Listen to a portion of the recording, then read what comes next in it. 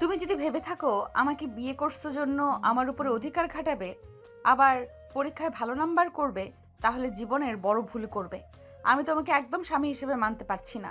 তুমি আমার স্টুডেন্ট হয়ে গেছো, সেখানে তোমাকে আমি স্বামী হিসেবে কিভাবে মেনে নিব? আমাকে কি আপনার বাচ্চা লাগে নাকি? আর আমি অলরেডি ভালো স্টুডেন্ট। আমার কারো সাহায্য লাগে না। আমি নিজের যোগ্যতায় A+ পেয়েছি, বুঝতে পারছেন? আর আপনাকে কে বলছে আমাকে স্বামী হিসেবে মেনে নিতে? সরেন, ঘুমাবো, ঘুমাতে দেন। আয়ান কথাটা বলে নদীর শাড়ির আঁচল সরিয়ে দিয়ে শুয়ে পড়ল। নদী আয়নের দিকে তাকিয়ে ফুঁসতে লাগলো। নদী মুখ ভেঙচি দিয়ে ঘুরে শুয়ে পড়ল। আয়ান নদীর দিকে ঘুরে নদীর পিঠের দিকে তাকিয়ে ভাবতে লাগলো। পোকা নিয়ে এসে পিঠের ভিতরে ছেড়ে দিলে কেমন হবে? খুব দেমাগ দেখায় বেআইন করতি। বেশি ভাব নিলে ভাব ভেঙে দিব।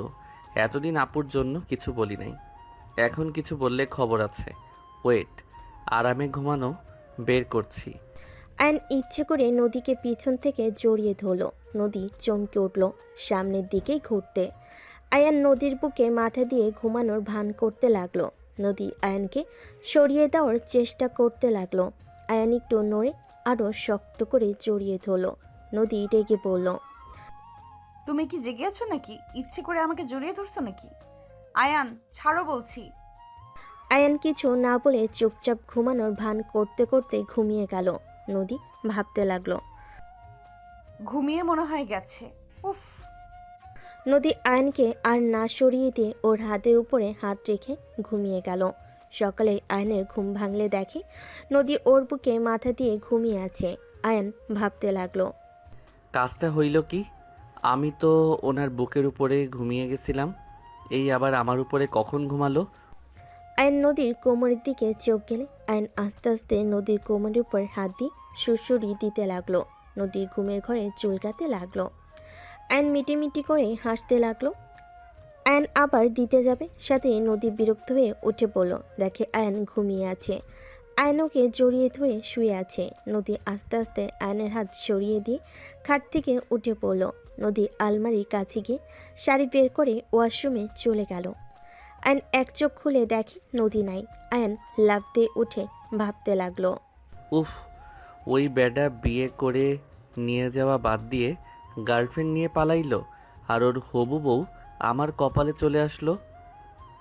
কচু, যদি কোনোদিন সামনে পাই লাথি মারবো পিছনে, বজ্জাত পোলা। আয়ান কথাগুলো ভাবছিল। তখনই ফ্রেশ হয়ে নদী ওয়াশরুম থেকে বের হয়ে দেখে আয়ন কিছু নিয়ে ভাবছে। আয়ানকে দেখে নদী বলে ওঠে। ওই কি ভাবো এত? নদীর কণ্ঠ শুনে আয়ন পিছনে তাকিয়ে বলে। কিছু না। আয়ন কথাটা বলে উঠে আলমারি থেকে শার্ট প্যান্ট বের করে নদীর মাথা থেকে তোয়ালে খুলে নিলে। নদী রাগী লুক নিয়ে তাকিয়ে কিছু বলবে, সাথে সাথে আয়ন ঠোঁটে কিস করে দিয়ে বলে। জামাই কোনো কিছু নিলে রাগ করতে হয় না। তোমাকে তো আমি। কিস করবেন নাকি? নদী থাপ্পড় মারতে যাবে, সাথে সাথে নদীর হাত ধরে আরেক হাত দিয়ে কোমর চেপে ধরে টান দিয়ে কাছে নিয়ে এসে দুহাত পিছনে ধরে বলে। এত রাগ ভালো না বউ, তুমি যে হট, তোমাকে তো খালি আদর করতে ইচ্ছে করছে। এতদিন তো বড় হাপু হিসেবে দেখছি, তাই কখনো সেইভাবে তোমার দিকে তাকাই নাই। এখন তোমাকে দেখে আমি পুরো ফিদা হয়ে গেছি। ভেজা চুলে তোমাকে অসাধারণ লাগছে। তোমাকে দেখে নেশা লেগে যাচ্ছে। আয়নের কথা শুনে নদী ধাক্কা দিলে আয়ন সাথে সাথে দেওয়ালের সাথে ঠেকে গেল। নদীর দিকে হাসি দিয়ে কিছু বলার আগেই নদী বলে উঠল। ছি, তোকে ভদ্র নম্র ভেবে এসেছি। এতদিন তোকে নিয়ে কত প্রশংসা করছি সবার কাছে, আর তুই সবার সামনে নিজেকে যেভাবে প্রেজেন্ট করস, আসলে তো তুই তেমন না। কতটা নোংরা তুই! তোর জায়গায় আমি থাকলে আমি তো কখনোই এভাবে কথা বলতাম না। কথা বলা তো দূর, তাকাতামও না।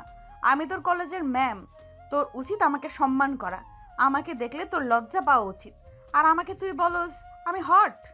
নদীর কথা শুনে আয়ন নদীর হাত ধরে টান দিয়ে নিজের সাথে জড়িয়ে নিয়ে বলে। মাই ডিয়ার ম্যাম, ভুলে যাচ্ছেন আপনি আমার স্ত্রী। আমি মেয়ে না যে শরম পাবো। আমার বউকে আমি যা ইচ্ছে বলবো, এইটা আমার ব্যাপার। আপনি কলেজে ম্যাম, বাসায় আমার বউ, এটাই আপনার পরিচয়। ছাড় বলছি। আর তোর বউয়ের পরিচয় নিয়ে আমার থাকা লাগবে নাকি? ভুলে যাস না, এটা আমার বাপের বাড়ি। তোকে এখানে আমার বাবা আশ্রয় দিয়েছে বলে থাকতে পারতেছিস। এখন আমার শ্বশুর বাড়ি, আমি এখন নিশ্চিন্তে থাকব। আগে ভাবতাম আমার ভাগ্য অনেক খারাপ, আমার বাবা মা নাই, আমার বোন আমাকে বড় করছে, অনেক কষ্ট অভাবে বড় হয়েছি, অনেক অভিযোগ ছিল, এখন আর নাই। আপনার মতো হট একটা বউ পাইছি, সাথে বড়লোক শ্বশুর বাড়ি। আয়নের কথা শুনে নদী রাগ কন্ট্রোল করতে না পেরে আয়নের মুখে থুতু দিয়ে বলে, তোর বোন কত ভালো, আর তুই মানুষের বাচ্চা হতে পারস না। তোর বোন সহজ সরল, আর তুই হইছস শিয়ানা। অতি উড়া উড়িস না। যদি আমার ফ্যামিলির কেউ বুঝতে পারে তুই আমাকে বিয়ে করছস আমাদের সম্পদের জন্য, আর আমি যদি অভিযোগ করি তুই আমার সাথে বাজে ব্যবহার করস, তুই সবার সামনে যত ভদ্র দেখাস ততটা ভদ্র তুই না, তাহলে তোকে তোর বোনকে ঘাট ধাক্কা দিয়ে বের করে দিবে। আয়ন নদীকে ছেড়ে দিয়ে ওর শাড়ির আঁচল নিয়ে মুখে লাগা থুতুগুলো মুছতে মুছতে বলতে লাগলো, আমি একবারও বলি নাই তোমাদের সম্পদের জন্য তোমাকে বিয়ে করছি। তোমাদের সম্পদে আমি থুতু দেই। আমার পড়াশোনা শেষ হইলে আমি তোমাদের সব ঋণ শোধ করে দিব। নিজে ভালো চাকরি নিয়ে তোমাকে ভাড়া বাসায় থাকবো। আস্তে আস্তে টাকা জমিয়ে নিজস্ব বাড়ি করব। আয়ন কথাগুলো বলে ওয়াশরুমে চলে গেল। আয়ন গোসল করে জামা কাপড় পরে নিল। ওয়াশরুম থেকে বের হয়ে রেডি হয়ে নিচে চলে গেল। সবাইকে সালাম দিল। আয়নের সালামের উত্তর নিল সবাই। নদীর ছোট বোন তুলি বলে উঠল, আরে বেয়াই, আপনাকে তো দেখি আজকে বেশি কিউট আর হ্যান্ডসাম লাগছে। তুলির কথা শুনে নদীর ভাবি রূপা বলে ওঠে, আরে লাগবে না আবার, আমার ননদের আদর পেয়ে সুন্দর হয়ে যাচ্ছে। রূপার কথাগুলো শুনে সবাই হাসতে লাগলো। আয়ন লজ্জায় মাথা পিছনে দিয়ে বলতে লাগলো, না মানে, আচ্ছা ভাবি আপু কোথায়? আয়ান, আপু আমি কি আজকে কলেজে যেতে পারবো নাকি কোনো কাজ আছে? আরে ভাই, নতুন বিয়ে করছো, বউকে সময় দাও, কলেজে গিয়ে কি হবে? হ্যাঁ, ভাবি বাজে কথা বলেন না। আমি আয়ানকে কখনোই স্বামী হিসেবে মানব না। আমি সবাইকে বলে রাখলাম, আয়ানকে কোনোদিন স্বামী হিসেবে মানব না। তাই আমার সাথে জড়িয়ে ওর বিষয়ে কোনো কথা কেউ বলবে না। নদীর কথা শুনে নদীর আব্বু আম্মু কিছু বলবে তার আগে নদী বের হয়ে গেল। নদীর আম্মু রেগে বলে, দেখলে তোমার মেয়ের কি দেমাক, ওকে যে আয়ান বিয়ে করেছে তাই কথা না, আর সেখানে কত বড় কথা বলল। আয়ানকে স্বামী হিসাবে কখনোই মেনে নিবে না। আর কেউ কিছু বলবে তার আগেই আয়ন নদীর আম্মুর দু কাঁধে হাত দিয়ে ধরে বলে, উফ আন্টি রাগ করেন না, আপনার মেয়েকে পটানোর দায়িত্ব আমার।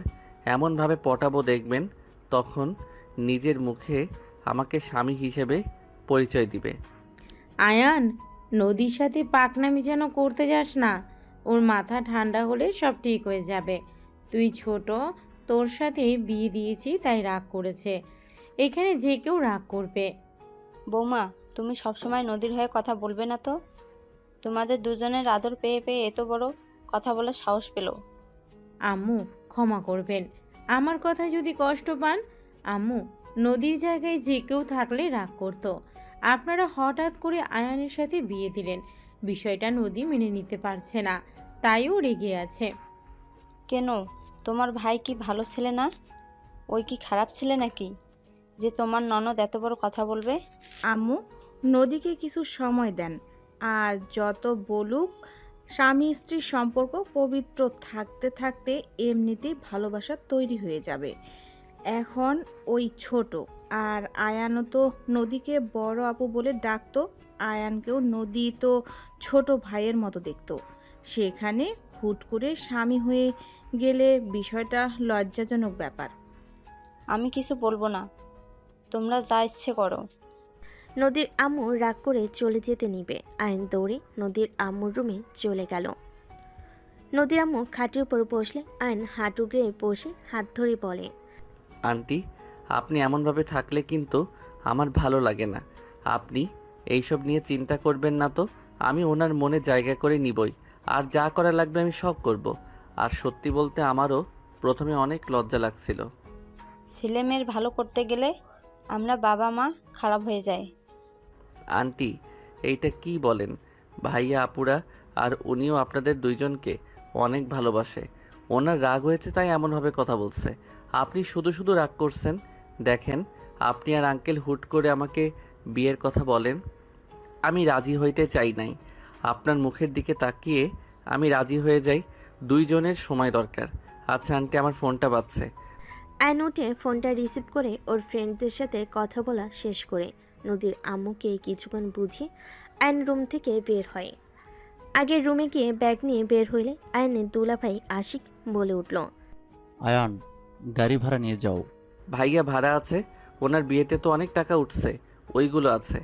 ও আচ্ছা, আসো, কলেজে নামিয়ে দিয়ে অফিসে যাব। আপনার আবার লেট হয়ে যাইতে পারে, আপনি যান, আমি গ্যারেজ থেকে সাইকেলটা নিয়ে চলে যাব। আচ্ছা, সাইকেল ঠিক করছো? জি, ঠিক করা হয়েছে। আয়ান ওর দুলাভাইয়ের সাথে কথা বলা শেষ করে বাসা থেকে বের হয়ে গেল। সামনে গ্যারেজ থেকে সাইকেল নিয়ে সোজা কলেজে চলে গেল। কলেজে ঢুকে সাইকেলের এক সাইডে রেখে হেঁটে যেতে লাগলো। নিচের দিকে তাকিয়ে থেকে রাকিবকে কল করতে করতে যেতে লাগলো। হঠাৎ কারোর সাথে ধাক্কা খেয়ে ফোন পড়ে যেতে নিবে, সাথে সাথে ক্যাচ ধরে ফেলল। সামনের দিকে তাকিয়ে দেখে নদী পড়ে আছে। আইন কিছু বলার আগেই কিছু স্টুডেন্ট দৌড়ে এসেছে। 3টা মেয়ে নদীকে ধরে তুলল। আর কয়েকটা ছেলে আয়নের মুখে ঘুষি মেরে বলে, তোর এত বড় সাহস, আমাদের ম্যামকে ধাক্কা মেরে ফেলে দিয়ে তাকিয়ে থাকোস। আয়নকে আরেকটা মারতে যাবে, সাথে সাথেই নদী বলে, এই ওকে ছাড়ো, ওই বুঝতে পারে নাই আমি তাড়াতাড়ি করে যেতে নিয়ে ধাক্কা লাগছে, যাও তোমরা। নদীর কথা শুনে ছেলেগুলো আয়নকে ছেড়ে দিয়ে চলে গেল। আয়ন ঠোঁটের কাছে হাত দিলে দেখে রক্ত বের হচ্ছে। আয়ন কিছু না বলে রক্ত মুছতে লাগলো। হঠাৎ করে কয়েকজন এসে নদীকে সালাম দিয়ে আয়নকে পিছন থেকে জড়িয়ে ধরে আয়নের ঠোঁটে রক্ত দেখে অবাক হয়ে বলে ওঠে, দোষ, তোর মুখে রক্ত? কিছু না, চলো ক্লাসে। আর কখন থেকে কল দিচ্ছি, ধরস না কেন? আয়নর বন্ধুদের সাথে মিলে ক্লাসে ঢুকে পড়ল। নদীও আয়নের ক্লাসে চলে গেল। নদীকে দেখে সবাই দাঁড়িয়ে সালাম দিল। নদী ক্লাসের ভিতরে এসে সবাইকে নিজের পরিচয় দিয়ে সবার থেকে পরিচয় নিতে লাগলো। আয়নের কাছে গেলে আয়ান দাঁড়িয়ে বলে, আমার নাম আয়ান। নাইস নেম, বসো। নদী ক্লাস শুরু করতে লাগলো। আয়ন নদীকে মুগ্ধ নয়নে তাকিয়ে থেকে দেখতে লাগলো। নদী মাঝে মাঝে আয়নের দিকে তাকালে আয়নের চোখে চোখ পড়তেই নদী চোখ সরিয়ে নিয়ে ক্লাস করতে লাগলো। নদী ক্লাস শেষ হলে চলে গেল। রাকিব বলে ওঠে, আয়নর বন্ধুদের নিয়ে ক্লাস থেকে বের হয়ে মাঠের ভিতরে গিয়ে ফুচকাওয়ালা মামার কাছে গিয়ে ফুচকা অর্ডার দিয়ে সবাই বসে থেকে আড্ডা দিতে লাগলো। সবার সাথে ফুচকা খাওয়া শেষ করে সবাই মিলে ক্লাসে চলে গেল। ম্যাম যেমন দেখতে তেমন পড়ানোর সিস্টেমটাই অসাধারণ। আচ্ছা বাহিরে চলো, তোদের ট্রিট দিব। আর বলিস কি, তুই আমাদের ট্রিট দিবি? হ্যাঁ চল, বেআইনের বিয়েতে টাকা পাইছি, ওইগুলো দিয়ে খাওয়াবো তোদের। বাহ বাহ, চল। 1:30-এ কলেজ ছুটি হইলে আয়নর বন্ধুদের সাথে বের হয়ে গেল। 3টার দিকে বাসায় আসলে আয়নের মুখে কাটা দেখে আতিয়া বলে ওঠে, আয়ান, কি হয়েছে? তোর ঠোঁটের কাছে কাটা কেন? কিছু না আপু। কয়েকটা ছেলের ঘুষি খেয়েছে ভাবি। নদীর কথা শুনে সবাই অবাক হয়ে বলে, আতিয়া কি আয়ান, কি করছোস যে তোকে ওরা মারলো? তুই কি ক্ষতি করেছিলি ওদের? তোর অনেক সাহস বেড়ে গেছে, তাই না? আপু, আমি কিছু করি নাই। মারতে আসবে, সাথে সাথে নদী পানি খাওয়া শেষ করে বলে, ভাবি আমাকে ধাক্কা দিয়ে ফেলে দিয়েছিল, তাই আমার স্টুডেন্টরা ওকে মারছে। কোনো স্টুডেন্টের সামনে শিক্ষিকাকে অসম্মান করলে কি ছেড়ে দেবে নাকি? কি, ওই তোমাকে ধাক্কা দিয়েছিল? আয়ান, আমি তোকে এই শিক্ষা দিয়েছি? নিজের স্ত্রী সব স্টুডেন্টের সামনে ধাক্কা দিয়ে ফেলে দিয়ে অসম্মান করস? তোর লজ্জা লাগে না? আয়ন আতিয়ার কথা শুনে আতিয়াকে কিছু বলবে, তার আগেই আয়নের গালে থাপ্পড় বসিয়ে দিল। আয়ন গালে হাত দিয়ে নদীর দিকে তাকিয়ে থাকলো। নদীর সোফা থেকে উঠে না দেখার ভান করে রুমে চলে গেল। আয়নকে আরও মারতে যাবে। আয়ন দুহাত দিয়ে মার থেকে বাঁচার চেষ্টা করতে লাগলো। নদীর আম্মু বলে ওঠে, বৌমা থামো, ওকে কেন মারছো? তোমার ননদ ভালো মানুষ নাকি? আয়ান, সত্যি করে বলো তো কি হয়েছিল? আর তুমি হঠাৎ করে ওকে ধাক্কা কেন দিয়ে ফেললে? আন্টি, বিশ্বাস করেন, আমি ইচ্ছে করে কিছু করি নাই। আমি রাকিবকে কল দিতে দিতে হাঁটছিলাম, হঠাৎ করে উনি সামনে আসলো, ধাক্কা লেগে উনি পড়ে যায়। তারপর তারপর সব খুলে বলে রূপা বলে, শুধু শুধু আয়ানকে মারলে আফা? আয়ান যাও, রুমে গিয়ে ফ্রেশ হয়ে নাও। আয়ন সোজা নদীর রুমে চলে গেল। নদী আয়নের দিকে তাকিয়ে থেকে ভিলেন মার্কা হাসি দিল। আয়ন কিছু না বলে ব্যাগ টেবিলের উপর রেখে আলমারি থেকে শার্ট প্যান্ট নিয়ে ওয়াশরুমে চলে গেল। গোসল করে বের হলে শার্ট প্যান্ট বারান্দায় মেলে দিল। আয়ন বারান্দায় দাঁড়িয়ে থেকে পাশের বারান্দার মেয়েটার দিকে তাকাতেই মেয়েটা বলে, হাই আয়ান, কেমন আছো? আলহামদুলিল্লাহ, তুমি কেমন আছো? এই তো আলহামদুলিল্লাহ। বউ কই তোমার? শুয়ে আছে। ও আচ্ছা, সন্ধ্যার দিকে ছাদে এসো। আয়ন মেয়েটাকে কিছু বলবে তার আগে নদী পিছনে দাঁড়িয়ে রাইসার দিকে রাগী লোক নিয়ে তাকাতেই রাইসা চলে যেতে নিলে আয়ন বলে, ওই এখন চলে যাচ্ছ কেন? আমার কথা তো শুনে যাবে নাকি? পরে শুনবো। কথাটা বলে চলে গেল। নদী খাটের কাছে চলে গেল। আইন কিছুক্ষণ সামনের দিকে তাকিয়ে থেকে রুমের দিকে তাকিয়ে দেখে নদী খাটের উপর পা ঝুলিয়ে বসে আছে। আইন রুমে গিয়ে নদীর পাশে বসে আস্তে করে চুলের খোপাটা খুলে দিলে নদী রাগী লোক নিয়ে তাকাতে আইন সাথে সাথে অন্যদিকে তাকিয়ে থেকে বলতে লাগলো, কাউকে চুল ছেড়ে দিয়ে থাকলে বেশি সুন্দর লাগে, বাতাসে উড়লে আরও সুন্দর লাগে। আমার মাথার চুল ছেড়ে দিতে বলছি তোমাকে। কই না তো। তাহলে খুললে কেন? দেখতে মন চাইলো তাই। আচ্ছা শুনো, তুমি কি তখন ব্যথা পেয়েছিলে? মানুষ জন্য কিছু বলি নাই। ব্যথা পাইলে কি আর না পাইলেই কি? পাইছো নাকি সেইটা বলো। পাইছি, কি করবি? কোথায় দেখি? কোমরে আর হাতে একটু পেয়েছি। কানার মতো করে হাঁটো। আইন নদীর হাত নিয়ে দেখতে লাগলো। আইনের কাছ থেকে হাত নিয়ে বলে, ছাড়ো। দেখি হাতটা কোথায় পাইছো, দেখা তো যাচ্ছে না। ছাড়ো বলছি। তোমার দেখতে হবে না। দেখাবে নাকি জোর করে কিস করব? বেয়াদব, এখানে ব্যথা পাইছি কি করবি? হ্যাঁ, নদীর কথা শুনে আইন দুষ্টামির হাসি দিয়ে বলে, আমি তো ব্যথার জায়গায় কিস করতে চাইলাম, তাহলে কিস করি। আইন নদীর বুকের দিকে যেতে যাবে আইনের মুখ ধরে বলতে লাগলো, আমি রেগে বলছি, একদম কাছে আসবে না, মারবো কিন্তু। রেগে বসে কেউ রোমান্স করার জন্য বুকের দিকে দেখায় নাকি? নিশ্চয়ই তোমার আমার ভালোবাসা পেতে ইচ্ছা করছে, এত লজ্জা পাও না? নদী আইনের মাথা সরিয়ে দিয়ে লাফ দিয়ে উঠে দৌড়ে রুম থেকে বের হয়ে গেল। আইন খিলখিল করে হাসতে হাসতে খাটের উপরে গড়াগড়ি খেতে লাগলো। নদী পিছিয়ে এসে দরজার আড়াল থেকে আয়নের হাসি দেখে নিজের অজান্তে মুখে হাসি ফুটে উঠল। আয়নের ফোন বেজে উঠলে আয়ন কলটা রিসিভ করলো। আসসালামু আলাইকুম। কে? আমি। ও আমার নাম্বার কোথায় পেলেন? আয়ান, বাসায় ফিরে আয় বাবা, আর কত আমাদের শাস্তি দিবি? বাই। আয়ন কল কেটে দিল। আয়নের ফোন বাজতে লাগলো। আয়ন ফোন বন্ধ করে রেখে রুম থেকে বের হয়ে গেল। আয়ন নিচে গেলে তুলি বলে ওঠে, আয়ান, একটু বের হব, তুমি কি আমাকে নিয়ে যাবে? কোথায় যাবে? প্রতিদিন যেখানে যাই সেখানেই। ও আচ্ছা। প্রতিদিন তুই কোথায় যাস রে? ওনার ফ্রেন্ডদের সাথে আড্ডা দিতে যাই। ও তা তুলি, তুই একা যা, প্রতিদিন ওকে নেওয়ার কি দরকার? আয়ান গেলে বান্ধবীরা ফ্রিতে খাওয়াই। তুলি কথাটা বলে হাসতে লাগলো। সবাই ভুল কুচকে তাকায়। নদী বলে ওঠে, মানে কি? মানে আসলে ও তুমি তো মানে আসলে ও তুমি তো আয়ানকে স্বামী হিসেবে মানোই না, তাই তোমাকে বলে কিছু হবে না। আয়ানকে নিয়ে গেলে আমার ফ্রেন্ডরা আয়ানের প্রেমে হাবুডুবু খাচ্ছে। আয়ান ওদের সাথে কথা বললে ওরা ফিদা। এদিকে আমি যা ইচ্ছে অর্ডার দিই খেতে থাকি, সব বিল ওরা দেয়। ঘোরা থেকে শুরু করে সব ওরা পেমেন্ট করে। আমি আর আয়ান শুধু খাই, ঘুরি ফ্রিতে। তুলি কথাটা বলে হাসতে লাগলো।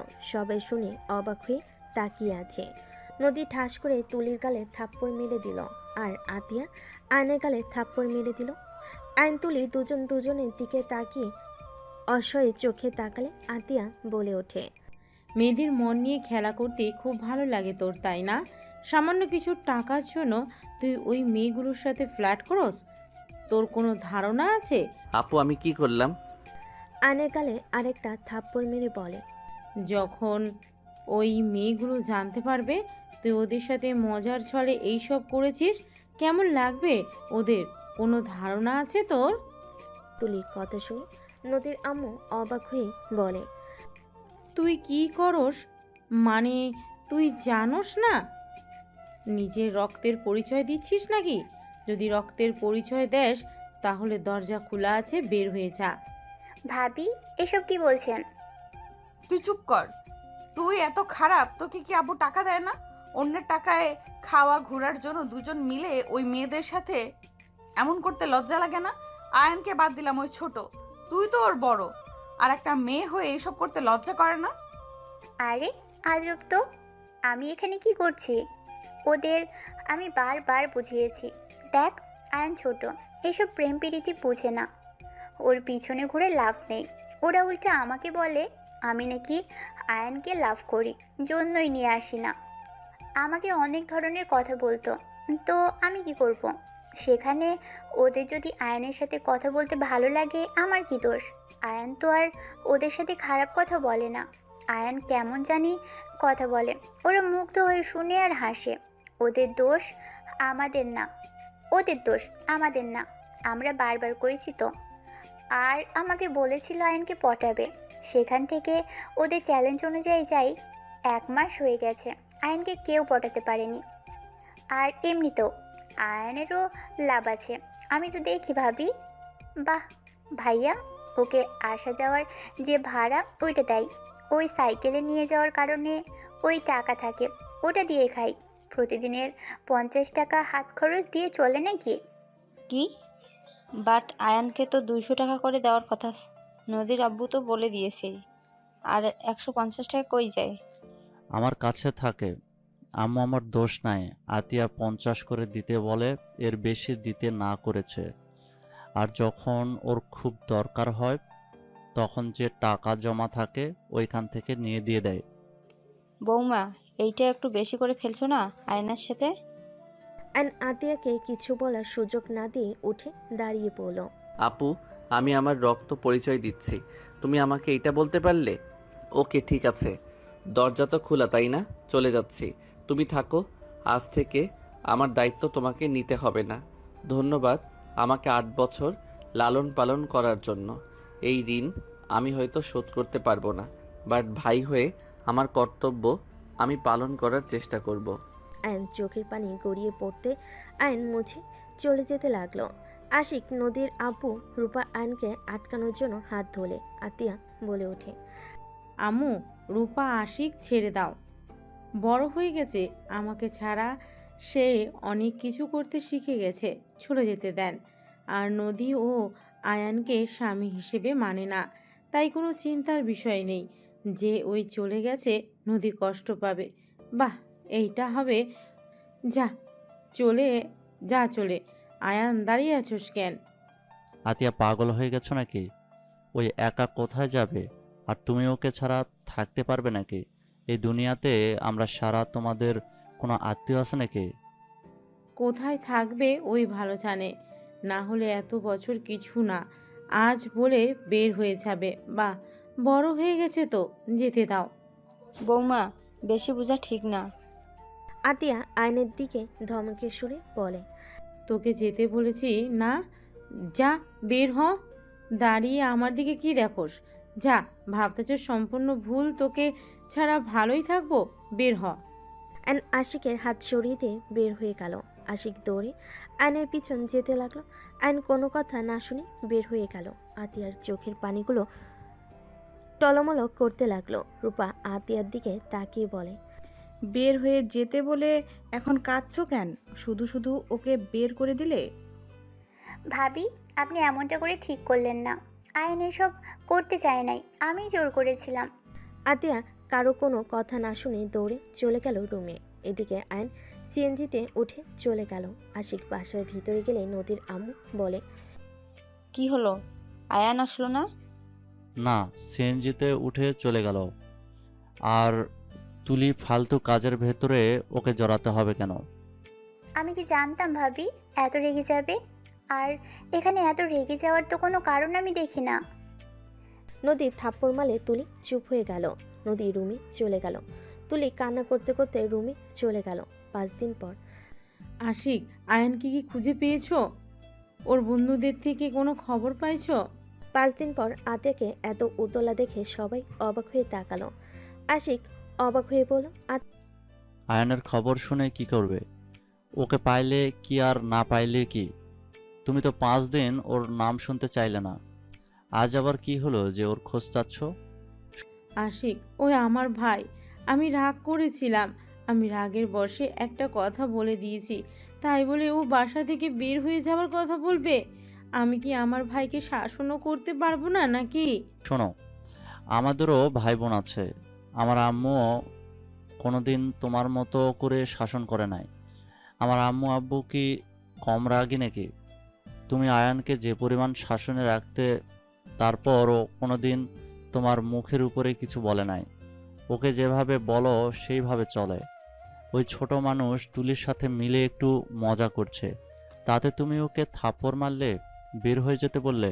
আমি বুঝলাম না, আমাদের ফ্যামিলি কোনো সমস্যা নাই আয়ানকে নিয়ে, তুমি এত রাগ শাসন কেন করো? তুমি বুঝবে না, অল্পতে খুশি থাকা ভালো, যেটা আমার ভাইকে আমি শিখিয়েছি। হ্যাঁ, আমি মানছি রাগের বশে আমি ওকে বকা দিয়েছি। ওর বোঝা উচিত ছিল আমি ওর ভালোর জন্য ওকে বকাগুলো দিয়েছি। ওই ছোট আর কত সহ্য করবে? এইটাই শাসন বলে না আতিয়া, পাগলামি বলে। আমার মেয়ে, আমার ছেলে মেয়েকে তুমি এত শাসন করতে পারবে না। ওরা বাসায় আসলে একদম ওদের উপরে এত শাসন চালাতে যাবে না, বলে দিলাম। Ashik, just shut up. Ashik, বৌমার সাথে ঝগড়া করিস না। তুই কি আয়ানের খোঁজ পেয়েছোস? নদী, ওই কি কলেজে আসে না? না, আমি খুঁজেছি, ওকে পাই নাই। ওর ফ্রেন্ডদের জিজ্ঞেস করলে বলে কিছু জানে না, ও সম্পর্কে বেশি ঘাটলে নানা ধরনের প্রশ্ন করবে, তাই আর কিছু বলি নাই। ওর ফ্রেন্ডদের তুমি চেনো নদী? বাট বাসা কই তা জানি না। মনে হয় বস্তির ওইদিকে হবে। ওদের ওইদিকে কয়েকবার যেতে দেখেছি। উফ, কেন যে রাগ দেখাতে গেলাম, ফোনটাও নেয় নাই। আতিয়া কান্না করতে লাগলো। রূপা আতিয়াকে ধরে হঠাৎ করে আতিয়ার কল বেজে উঠল। আয়নের ফোন দেখে কল এসেছে। আতিয়া তাড়াতাড়ি ফোনটা রিসিভ করলো। আসসালামু আলাইকুম, কে? ওয়ালাইকুম আসসালাম আতিয়া। ও আপনি? দেখেন, আয়ানকে আপনারা যদি নিয়ে যেয়ে থাকেন তাহলে আমার ভাইকে ফিরিয়ে দেন। আমার ভাইকে ছাড়া আমি থাকতে পারবো না। আমার ভাইকে ফিরিয়ে দেন। আতিয়া, এসব কি বলছো? আয়ান তোমার কাছে নাই? আপনি এমন অবাক হচ্ছেন, আপনারা ওকে নিয়ে গেছেন। আতিয়া, এসব কি বলো? আয়ানকে আমরা নিয়ে আসি নাই। আমরা তো লন্ডন, আমরা কিভাবে নিয়ে আসব? আয়ানকে নিয়ে যাওয়ার জন্য এসেছিলাম, আয়ান আসে নাই। তোমার সাথে কথা বলারও সুযোগ দেয় নাই। সত্যি আপনারা ওকে নেন নাই? তুমি নাম্বারটা দেখো। আতিয়া নাম্বারের দিকে তাকিয়ে দেখে বাহিরের দেশের নাম্বার। আতিয়া কান্না করতে করতে বলে, ওকে রাখছি। আয়ান কোথায়? ওর কি হয়েছে? তুমি ঠিক আছো আতিয়া? আয়ানের সাথে কিছু হয়েছে তোমার? আতিয়া, কথা বলো। আতিয়া ফুপিয়ে ফুপিয়ে কান্না করতে করতে বলে, জানি না, আমার উপরে রাগ করে বের হয়ে গেছে। আজ 5 দিন ওর কোনো খোঁজ খবর নেই। আতিয়ার কথা শুনে আয়নের আম্মু থমকে গেল। আয়নের আম্মু বলে, কি বলছো? আমি সেই দিন কথা বললাম, ওই আমার ফোন কেটে দিয়ে ফোন বন্ধ করে দিয়েছিল। ওর বন্ধুদের সাথে যোগাযোগ করো, আমি মানুষ লাগিয়ে দিচ্ছি, তুমি কান্না করো না। আপনার সাহায্য আমার লাগবে না। আমি আমার ভাইকে একা খুঁজে নিয়ে আসব। আর আপনি আমার ভাইকে কেন কল দেন? আপনাকে কতবার বলেছি আমার ভাই আমার সাথে যোগাযোগ রাখার চেষ্টা করবেন না। আতিয়া, কেন এমন করছো? আমাদের কি ক্ষমা করা যায় না? আজ 9 বছর হয়ে গেল তোমরা দুইজন আমাদের থেকে দূরে। আমরা তো তোমার বাবা মা, কেন এমন করছো? তোমার আব্বুর ভুলের জন্য শেষ তো শাস্তি পেয়েছে। চুপ করেন, আপনাদের কথা আমি শুনতে চাই না। আমার ভাইকে আমি ফিরিয়ে নিয়ে আসব। আমি আমার ভাইয়ের উপর আপনার হাজবেন্ডের আর আপনার বড় ছেলের ছোঁয়াও পড়তে দিব না। Just hate you. আয়নের আম্মুকে কিছু বলতে না দিয়ে কল কেটে দিয়ে রাগে বসে ফোন আচার দিয়ে ভেঙে ফেলল। আতিয়ার এমন রাগ দেখে সবাই চমকে গেল। আতিয়া ওর ফোন বের করে একজনকে কল দিয়ে বলল, আসসালামু আলাইকুম, আমি আতিয়া। ওয়ালাইকুম আসসালাম। চাচ্চু, তুমি কোথায়? আমি যেখানে থাকার সেখানে আছি। আপনি আমাকে সাহায্য করতে পারবেন? কি হয়েছে চাচ্চু, কান্না করছো কেন? আমি আয়ানের পিক আপনাকে দিচ্ছি। 2 ঘন্টার ভিতরে ওকে খুঁজে বের করে দিবেন। কি হয়েছে আয়নের? আমার সাথে ঝামেলা হয়েছিল, রাগ করে চলে গেছে। 5 দিন ধরে ওর কোনো খোঁজ পাচ্ছি না।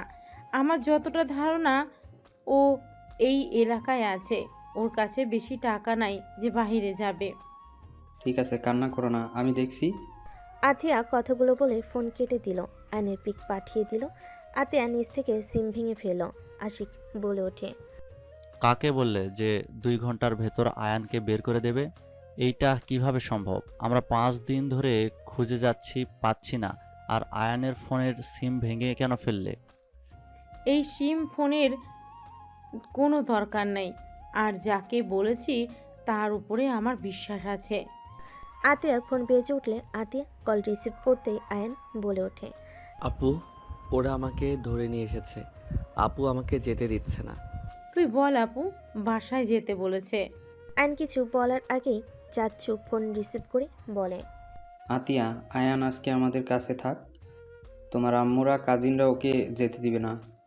আয়নকে আসতে দেন, ওই পরে গিয়ে ঘুরে আসবে। তুমি এখানে আছো? ভাই, আতিয়া কল কেটে দিল। আয়নের ফোনগুলো সিম সব টুকরো টুকরো তুলে ডাস্টবিনে ফেলে দিয়ে রান্নাঘরে চলে গেল। নদীর আম্মু আশিককে বলল, বৌমা আমাদের থেকে মনে হয় কিছু লুকাচ্ছে। ওর কথা বলার ধরন চেঞ্জ হয়ে গেছে। 2 ঘন্টার ভিতরে একটা মানুষকে কিভাবে খুঁজে বের করবে? আমিও বুঝতে পারছি না, এমন সরল নরম কণ্ঠে মানুষ কিভাবে এভাবে কথা বলতে পারে। রাগের চটে ফোন ভেঙে ফেললো। সবাই টুকটাক কথা বলতে লাগলো। 3 ঘন্টা পর কলিং বেল বাজার শব্দ হলো। কাজের লোক দরজা খুলতে চলে গেল। আইন ভিতরে ঢুকলো। সবাই অবাক হয়ে গেল। আতিয়ার সামনে কাপা কাপা কণ্ঠে বলল, আই এম সরি। লাস্টে 37 কার নাম্বার? আয়ান থমকে গেল। আয়ন ভয় ঢোক গিলে বলে, না মানে। আয়নের গালে সজোরে থাপ্পড় মেরে কলার ধরে বলে, না মানে কি? লাস্টে 37 কার? উত্তর দে আমাকে। আপু, আই এম সরি। আয়ন আতিয়াকে জোর করে জড়িয়ে ধরে কান্না করতে করতে বলে, আপু, আমাকে ক্ষমা করে দাও। বিশ্বাস করো, আমি তোমাকে ছাড়া কোথাও যাব না। উনি আমাকে কল দেয়, আমি ব্লগ দিতে গিয়েও পারি না। আমার ওনার কণ্ঠ শুনতে ভালো লাগে। ছাড় আমাকে, তাহলে চলে যা। তোকে কে থাকতে বলেছে এখানে? চলে যা। আমি তো খারাপ বোন, তোকে কোনো স্বাধীনতা দেই না। আমি সব সময় শাসনে রাখি। চলে যা তুই। আপু, আই এম সরি। প্লিজ আমাকে ক্ষমা করে দাও। আমার ভুল হয়ে গেছে। আমি আর ওনার ফোন রিসিভ করব না। উনি বারবার আমাকে কল করে। আমি কতবার বলছি আমাকে কল দিবেন না। আমি ফোন বন্ধ করে রাখি। ফোন চালু করলে ওনার 1000টা কল আসে। আমাকে আগে কেন বলস নাই? আমার থেকে আর কি কি লুকাচ্ছিস তুই? আর তুই এই 5 দিন কোথায় ছিলি? আপু, আমি একটা জব দিয়েছি, ওইখানে থাকা খাওয়া সব ফ্রি। মাসে 10,000 টাকা দিবে। তোকে জব নিতে কে বলেছে? আপু, আমি তো বড় হয়েছি, এখন আমার স্ত্রীও আছে। বউকে কিছু কিনে দিতে গেলে সেই তোমার থেকে চাইতে হবে বা দুলাভাইয়ের থেকে। আমার এইটা মোটেও ভালো লাগবে না। নিজে সবার ঘাড়ে বসে খাচ্ছি, আবার বউকে কিছু দিতে গিয়ে তাদের থেকে যদি নিতে হয়। ওই, তোকে আমি বলছি আমাকে কিছু গিফট করতে? ওই তোর বয়স কত? এত পাকনামি তোকে কে করতে বলছে? ফাজলামি করস তুই, তাই না? সবাইকে টেনশনে ফেলে ফাজলামি করস। আতিয়াকে আয়ন ছেড়ে দিয়ে নদীর দিকে তাকালে আয়ন বলে, আই এম সরি। আমাকে প্লিজ সবাই ক্ষমা করে দেন। আমি কাউকে চিন্তায় ফেলতে চাই নাই। আপু আমাকে সেই দিন এমন কিছু বলছিল, আমি বিষয়টা মেনে নিতে পারছিলাম না। এই কি এমন বলছে তোকে? তোর বোন তো তোকে মাঝে মাঝে রেগে বাড়ি থেকে বের হয়ে যেতে পারে। সেখানে এতদিন যাস নাই, সেদিন কেন গেলি? বের হওয়ার ব্যাপারে আমার খারাপ লাগে নাই। আমার খারাপ লাগছে আপু আমাকে রক্তের পরিচয় দেওয়ার কথা শুনে। আমি কি এমন করছিলাম? আমি তো জাস্ট ওই মেয়েদের সাথে কথা বলতাম মজা করে। এর থেকে তো আমি কোনো বাজে কথা ভিতরে বা তাদের দিকে বাজেভাবে তাকাইও নাই। রুমে যা, আমার রাগ আরও বাড়ছে কিন্তু তোর উপরে। যাচ্ছি। আর একটা কথা বলার আছে। কি কথা? আপু, সাথী মেয়েটা আমার পিছনে লাগছে। সাথীকে? যে আমাকে ধরে নিয়ে গেছিল, ওনার ছোট মেয়ে, আমাদের পাশে কলেজে নাকি পড়ে। ও, তুই এড়িয়ে যাবি? আর তুই বিয়ে করছিস এটা কাউকে জানানোর দরকার নেই। আপু, না জানালে ওরা বিয়ে কথা বলছে। আমার পড়াশোনা শেষ হইলে অনুষ্ঠান করবে। আর ইন্টার পরীক্ষা দেওয়ার পরে আমাদের নাকি বিয়ে পড়িয়ে রাখবে। আমি কথা বলে নিব, তুই যা রুমে। কে বিয়ে পড়াবে? আসলে তোমাদের বড় ভাই বোনের মাঝে চলছেটা কি? তোমাকে কে কিডন্যাপ করেছিল? আমু, কিডন্যাপ না, আমি যাকে বলেছিলাম সেই ওকে খুঁজে নিয়ে গেছিল। ও, আরেকটা কথা আপু, রূপা মেয়েটা নাকি ভাবি হয়। আঙ্কেলের কোম্পানির শেয়ারে যে মেয়েটা আছে উনি। কি? হুম। সব ঝামেলা একসাথে আসা লাগবে? রূপা ম্যাম তোমার ভাবি হয় মানে? কি বলো এসব? ওনার সাথে তোমাদের সম্পর্ক হওয়ার তো দূর, ওনাদের তো অনেক বড় বিজনেস আছে, ওনার শ্বশুর শাশুড়ি সব লন্ডন থাকে, উনি বছরের একবার আসে, ওনাদের সাথে তোমাদের সম্পর্ক থাকার কোনো ভাবে সম্ভব না। ওর কথা রাখো তো, ও তো বড় মাপের মানুষদের সাথে আমাদের কি সম্পর্ক হবে? সাথী ওর বড় বোন রূপা, রূপার আব্বুকে আমি চিনি, উনি তো ভালো মানুষ, গরিবদের সাহায্য করে, সেখান থেকে পরিচয়। ও তাই বলো? আয়ন চলে গেল। আতিয়া নিজের রুমে চলে গেল। তুলি বলে ওঠে, দেখছো, সাথী আমাদের সাথে পড়ে, আমাদের ক্লাসে টপার, সেও ওর পিছনে লেগেছে। শুধু আপু আয়নের মর্ম বুঝলো না। Just shut up. নদী ধমক দিয়ে চলে গেল। আয়ন গোসল করে পোশাক পরে খাটের পর বসতেই নদী বলে ওঠে, বড়লোক বউ পেয়ে যাচ্ছিস, তোর তো মনে হয় খুশিতে আজ ঘুম হবে না। বাজে কথা বলো না। চকলেট খাবে? তোর চকলেট তুই খা। আমার শার্ট দিয়ে নাক পরিষ্কার করছিলেন নাকি? একটা শার্টের অবস্থা খারাপ। হো, ঠান্ডা লাগছে দেখে তো মনে হয় না। কান্না করছেন নাকি? হি হি। আমার বউ আমাকে একটু হইলেও ভালোবাসে। চুপ কর, কে তোকে ভালোবাসে? হ্যাঁ, আয়নের সামনেই আঙ্গুল তুলে কথাগুলো বলতেই আয়ন সাথে সাথে নদীর হাত ধরে টান দিয়ে কোলে বসিয়ে দিয়ে পিছন থেকে জড়িয়ে ধরে ঘাট থেকে চুল সরিয়ে কিস করলে নদী কেঁপে উঠল। নদী নিজেকে ছাড়ানোর চেষ্টা করতে লাগলো। আয়ন নদীর পেটে হাত দিয়ে নিজের সাথে চেপে ধরে বলল, ভালোবাসো মুখে বললে কি সমস্যা? হ্যাঁ, আমি তোকে ভালোবাসি না, ছাড় বলছি। আয়ন নদীকে টান দিয়ে খাটের উপর ফেলে দিয়ে দুই হাত খাটের সাথে চেপে ধরে মুখের কাছে নিয়ে যেতে নিলে নদী নিজেকে ছাড়ানোর চেষ্টা করতে লাগলো। আয়নের নিঃশ্বাস যত মুখের উপর পড়তেছে নদী কেঁপে উঠতে লাগলো। আয়ন ঠোঁটের কাছে গেলে নদীর ঠোঁট জোড়া কাঁপতে লাগলো। আয়ন ঠোঁট জোড়া নিজের দখলে নিয়ে নিল। নদীর চোখ বন্ধ করে ফেল। আয়ন নদীর ঠোঁট জোড়া নিজের দখলে নিয়ে নিল।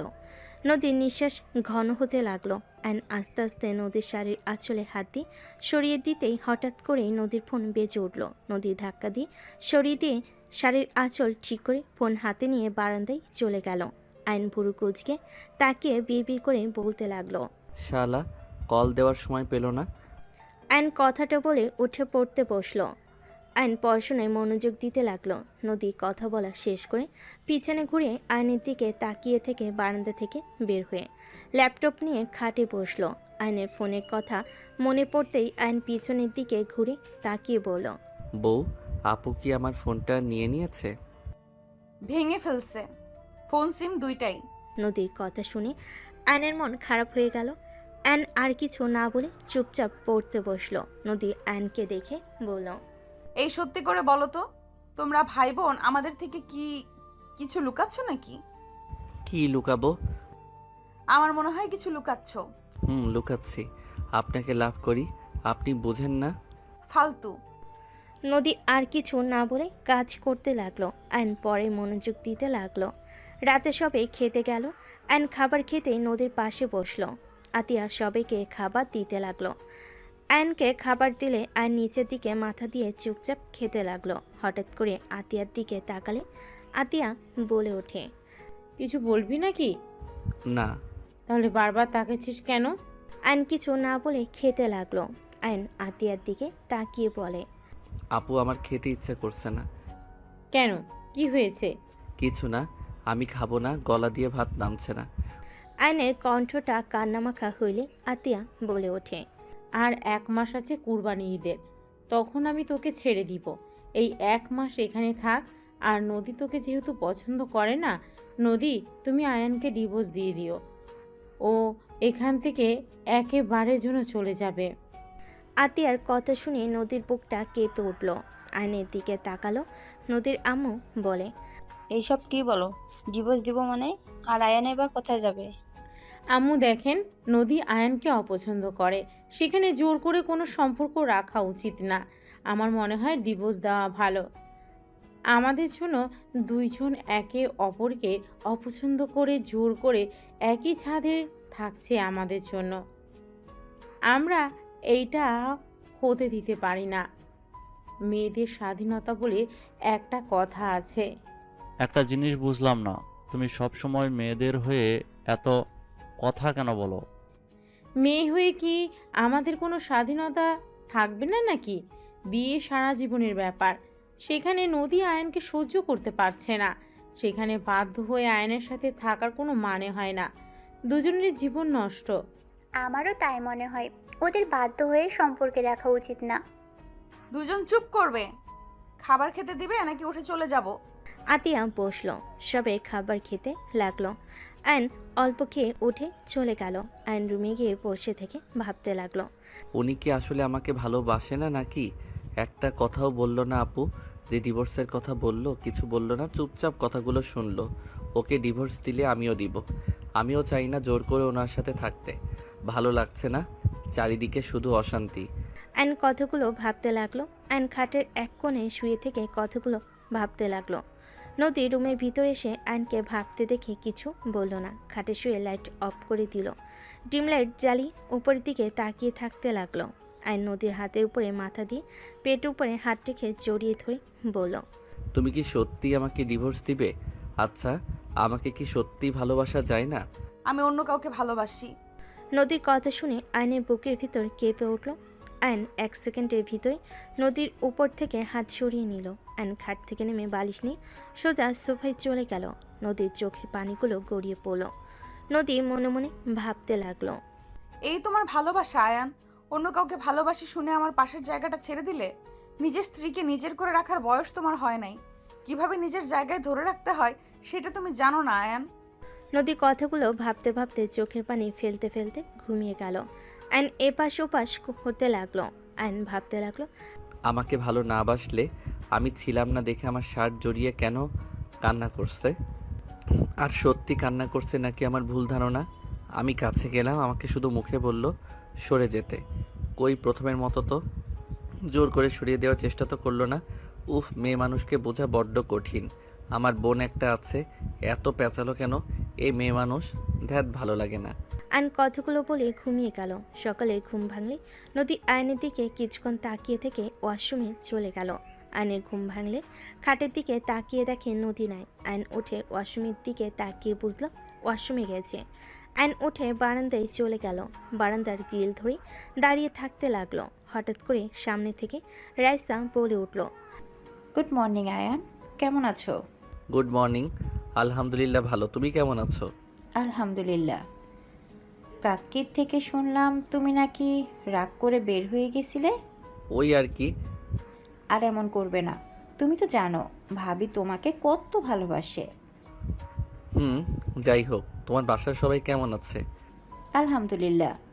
তা বাসায় আসো, ঘুরে যাও। আম্মু আব্বু তোমার কথা জিজ্ঞেস করে। ছেলেটা কোথায়, রাগ করে গেল? যাবো এক সময়, কলেজে যেতে হবে। ওকে যাও। রাইসা চলে গেলে আয়ন পিছনে ঘুরে তাকালে দেখে নদী তাকিয়ে আছে।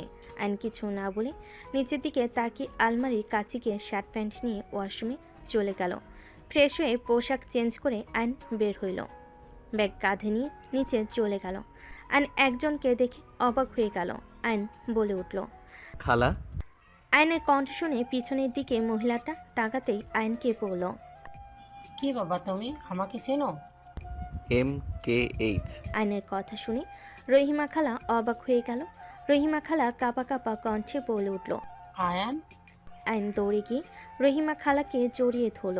সবাই অবাক হয়ে তাকিয়ে থাকতে লাগলো। আতিয়া রান্নাঘর থেকে বের হলে চমকে গেল। আয়নকে রহিমা খালা সারা মুখে চুমু দিতে লাগলো আর কান্না করতে করতে বলে, আয়ান আব্বু তুমি এখানে আছো? বড় মামুনি কোথায়? আপু। আয়নের কথা শুনে রহিমা খালা পিছনে ঘুরে তাকাতেই আতিয়াকে দেখে বলে, মামুনি কেমন আছেন? ভালো, আপনি কেমন আছেন? আজ আমি অনেক খুশি তোমাদের দেখা পেয়ে। আয়ান বাবা কত বড় হয়ে গেছে, আমি তো চিনতেই পারি নাই। আমার বুক পর্যন্ত ছিল, আর এখন কত বড় হয়ে গেছে আমি চিনতেই পারি নাই। হি হি হি। MKH, তুমি কিন্তু আমার ছোট হয়ে গেছো। আমাকে সম্মান করবে। আমি তোমার আব্বু হয়ে গেছি। আয়নের কথা শুনে রহিমা খালা ফিক করে হেসে বলে, একদম, আপনি আমার আব্বু হয়ে গেছেন। মামুনি, আপনি দয়া করে বাবুকে নিয়ে চলেন, আমি ওনাদের খবর দেই। খালা, দয়া করে এখানে কোনো ধরনের কথা তুলেন না। আয়ান, কলেজে যাচ্ছিস না? রহিমা, তুই ওদের দুজনকে চিনোস? রহিমা খালা কিছু বলবে তার আগেই আতিয়া বলে, আম্মু, ওনার সাথে আগে পরিচয় ছিল, ওনার সাথে থাকা হয়েছিল, ওনার বাসায় কাজ করতাম তো। ও আচ্ছা। মামুনি, কি বলেন এসব? ঠিক বলছি খালা। কিরে, যাস না কেন? যাব না আজকে। যেতে বলছি, যা। আয়ন আর কিছু না বলে চলে গেল। রহিমা খালা আতিয়াকে বলে, মামুনি, বেয়াদবি মাফ করবেন। আপনি আয়নবাবু এখানেই থাকেন, আমি ওনাদের জানিয়ে দিই, ওনারা আপনাদের ছাড়া ভালো নেই। কে ভালো নাই রে? আপা, তুমি কিছু জানো না ওরা কারা? খালা, প্লিজ চুপ করবেন। রহিমা খালা আর কিছু বলল না। এদিকে আয়ন কলেজে চলে গেল। কলেজ ছুটি হলে আয়ন রাকিবকে বলল, এই যে মেয়েটা আসছে, তুই ওই মেয়েটাকে পটিয়ে নিবি। যদি নিস তাহলে তোর লাইফ সুন্দরভাবে কাটবে। কে ও? এখানে নাম করা বিজনেসম্যানের ভাতিজি। বলিস কি, রাহেন চৌধুরীর ভাতিজি? হ্যাঁ, থাক, আমি যাই। আয়নের সাথে কিছু বলার আগে সাইকেল নিয়ে জোরে চালিয়ে চলে গেল। নদীকে দাঁড়িয়ে থাকতে দেখে আয়ন সামনে গিয়ে বলে, সাইকেলে যাবেন নাকি? নদী কিছু না বলে পাশে রিকশায় উঠে পড়ল। আয়ন আর কিছু না বলে ওর পিছন পিছন যেতে লাগলো। বাসে গেলে নদী সোজা রুমে চলে গেল। আয়নও রুমে চলে গেল। নদী ফ্রেশ হয়ে নিচে চলে গেলে আয়ন ফ্রেশ হতে চলে গেল। ফ্রেশ হয়ে নিচে গেলে আয়ন আতিয়াকে বলল, আপু, আমি একটু বাইরে যাব। MKH, তুমি কতদিন আছো? আছি, আজকেই দিনটাই। MKH মানে কি? নদীর কথা শুনে আয়ন কিছু না বলে চলে গেল। রহিমা খালা হেসে বলে, MKH মানে মিষ্টি খালা। এই আমাকে ছোটবেলা থেকে এটাই বলে ডাকে। ও আচ্ছা। হঠাৎ করে আয়ন দৌড়ে বাসার ভিতর ঢুকলো। সবাই ভুরকুচকে তাকালে আয়ন আতিয়াকে বলল, MKH, আপনি এটা কি করলেন? আপু তো এখন রেগে যাবে। মানে? আপু। আয়নের কথা শুনে সবাই দরজার দিকে তাকাতেই থমকে গেল। সবাই ঢোক গিলতে লাগলো। নদীর আব্বু দৌড়ে গিয়ে বলতে লাগলো, ম্যাম স্যার, আমাদের এই গরিবের ঘরে আপনারা প্লিজ ভিতরে এসে বসেন। এইভাবে উত্তেজিত হবেন না, আমরা সাধারণ মানুষ, আমাদের দয়া করে এভাবে ট্রিট করবেন না। আর পাঁচটা মানুষকে যেইভাবে দেখেন সেইভাবেই দেখেন। স্যার, ম্যাম, আপনারা বসেন। আশিক ভালোভাবে সোফা পরিষ্কার করতে লাগলো। তুলি দেখে অবাক হয়ে বলল, ম্যাম আপনি? আমি তো বিশ্বাসই করতে পারছি না, আমি আপনার অনেক বড় ফ্যান। আপনার সাথে ছবি তোলা যাবে? আপনি আমার আইডল। আমি আপনার মতো বড় বিজনেসম্যান হতে চাই। শিওর, ইনশাল্লাহ আমার থেকে ভালো করবে তুমি। তুলি আয়নের আম্মুর সাথে ছবি তুলতে লাগলো। আয়নের আব্বু আম্মু বসলো। রহিমা খালা বলে ওঠে, ম্যাম বাবু। আয়নের দিকে তাকাতেই আয়নের আম্মু চোখের পানি ধরে রাখতে পারল না। আয়নের দিকে উঠে যেতে আতিয়া আয়নকে টান দিয়ে নিজের কাছে দাঁড় করিয়ে বলে, আয়ান, যেখানে যাচ্ছিলি সেইখানে যা। মামুনি, বাবুকে কেন সরিয়ে দিতে চাইছেন? খালা, আপনি কাজটা মোটেও ঠিক করেন নাই। আর খালা, টাকার কাছে বিক্রি হয়ে গেলেন। মামুনি। প্লিজ আমাকে মামুনি বলবেন না। বৌমা, আমার বোনের সাথে এরকম ব্যবহার করছো? যাও ওনাদের জন্য শরবত বানিয়ে নিয়ে আসো, গরমের সময়। আতিয়া চলে গেল আয়নের আব্বু আম্মুর জন্য শরবত বানিয়ে নিয়ে আসতে। খালা এগিয়ে গেলে আতিয়া হাত সরিয়ে দিয়ে বলে, মা হয়ে টাকার কাছে বিক্রি হয়ে গেছেন। আপনাকে দেখে আমার ঘৃণা হচ্ছে। আমার একটা মেয়ে মারা গেছে, এখনো আমার আরো সন্তানেরা আছে, তাদের ভবিষ্যৎটাকে নষ্ট করে দিতে পারি না। আতিয়ার আগে কিছু না বলে শরবত বানিয়ে বের হইল। রহিমা খালা আতিয়ার পিছন পিছন যেতে লাগলো। আতিয়া দুজনকে শরবত দিয়ে বলল, শরবত খেয়ে তিনজন বের হয়ে যান। আতিয়া, কি বলো? তোমার কোনো ধারণা আছে কাদের সামনে কথা বলছো? ম্যাম স্যার, দয়া করে কিছু মনে করবেন না। আতিয়া, বেশি করে ফেলছো কিন্তু। সমস্যা নাই, আপনারা ওনাকে কিছু বলবেন না। ম্যাম, কত ভালো।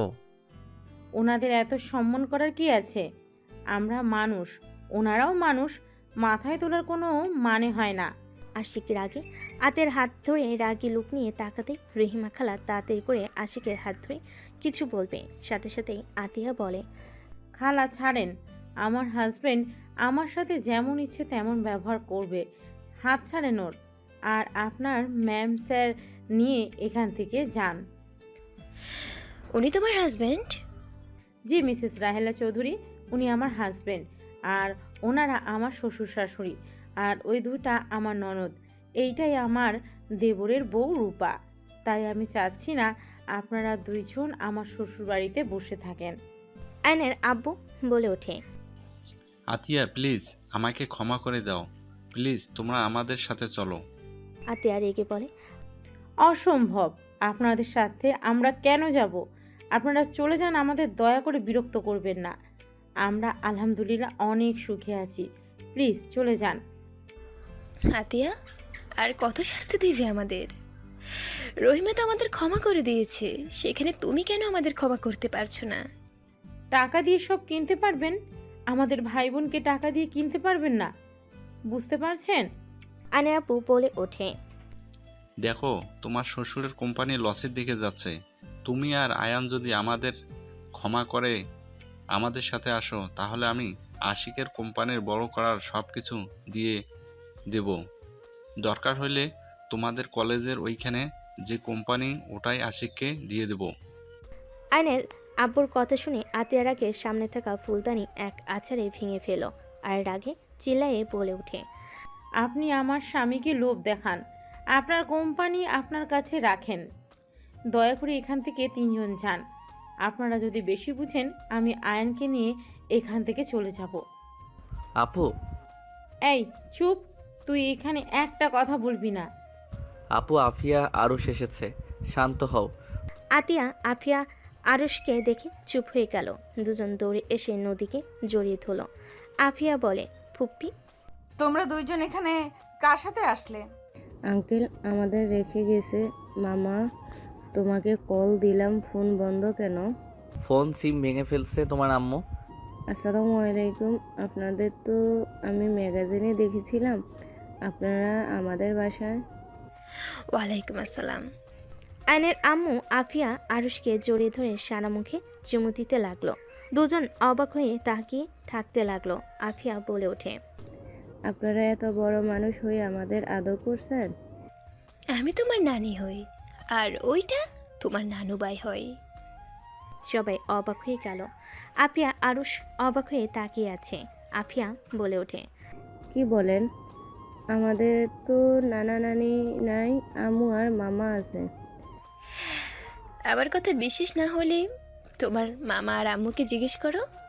আফিয়া আতিয়ার আয়নের দিকে তাকিয়ে বলল, আম্মু, ওনারা কি আমার নানা নানি? হ্যাঁ। আতিয়ার কথা শুনে সবাই অবাক হয়ে গেল। নদীর আম্মু বলে ওঠে, কি ওনারা তোমার বাবা মা মানে? তুমি তো বলছো তোমরা এতিম। আমাদের থেকে নিজের পরিচয় কেন লুকিয়েছ? এত বড় বাড়ির ছেলে মেয়ে হয়ে ওই বস্তিতে কি করছিলে? এইসব মানে কি? আমাদের এভাবে ধোকা কেন দিয়েছ? আশিক, তুমি আমাকে ভুল বুঝছো। আমি তোমাদের ধোকা দিতে চাই নাই। আমি ওনাদের পরিচয়ে বাঁচতে চাই না। আমরা ভাই বোন ওনাদের পরিচয় নিয়ে থাকতে চাই না। দয়া করে তোমরা আমাকে ভুল বুঝো না। আমি ওনাদের ঘৃণা করি। আমি চাই নাই আমার ছোট ভাই আমার বাবা বড় ভাইদের মতো হোক, আর টাকা কারণে অভদ্র তৈরি হোক। মানুষকে মানুষ মনে করবে না, টাকার গরমে সব কিনে নেওয়ার চেষ্টা করবে, অন্যায় করে টাকা দিয়ে মুখ বন্ধ রাখবে। এমন যেন না হয়। সেই জন্য আমি আমার ভাইকে নিয়ে দেশে এসেছি। আমার ভাইকে আমি আমার মনের মতো করে বড় করতে পেরেছি, এটাই আমার সফলতা। ওইখানে যদি রাখতাম, আমার ভাই একটা অমানুষ হতো, আর ওই বাড়িতে আমার দম বন্ধ হয়ে আসতো। অনেক কিছু চাইলে বলা যায় না আশিক, শুধু এইটা মাথায় রেখো, এমন কিছু আছে যার জন্য আমার বাবা মা ভাইকে আমি ঘৃণা করি। কেন ঘৃণ্য করো? রাজপ্রাসাদ রেখে বস্তিতে থাকতে কি এমন করেছো যে তোমরা ওইখান থেকে চলে এসেছো? আর আয়ানকে এত শাসনে কেন রাখতে? আয়ানকে সবসময় অভাবের ভেতরে রাখার কেন চেষ্টা করতে? কিন্তু তুমি তো আমাকে বলতে পারতে, আমার ফ্যামিলিকে না বললে। বাট তুমি তো আমার সাথে কোনো কিছু শেয়ার করো না। এই তোমার ভালোবাসা 7 বছর ধরে আমার সাথে আসো, কিন্তু একবারও বললাম না আমাকে। বের হয়ে যাও এখান থেকে। তুমি আমাদের সবাইকে ধোঁকা দিয়েছো। ধোঁকাবাজ মেয়েকে আমি আমার বউ হিসেবে দেখতে চাই না। এখনই বের হয়ে যাও। আশিক, চুপ, একদম আমার নাম ধরে ডাকবে না।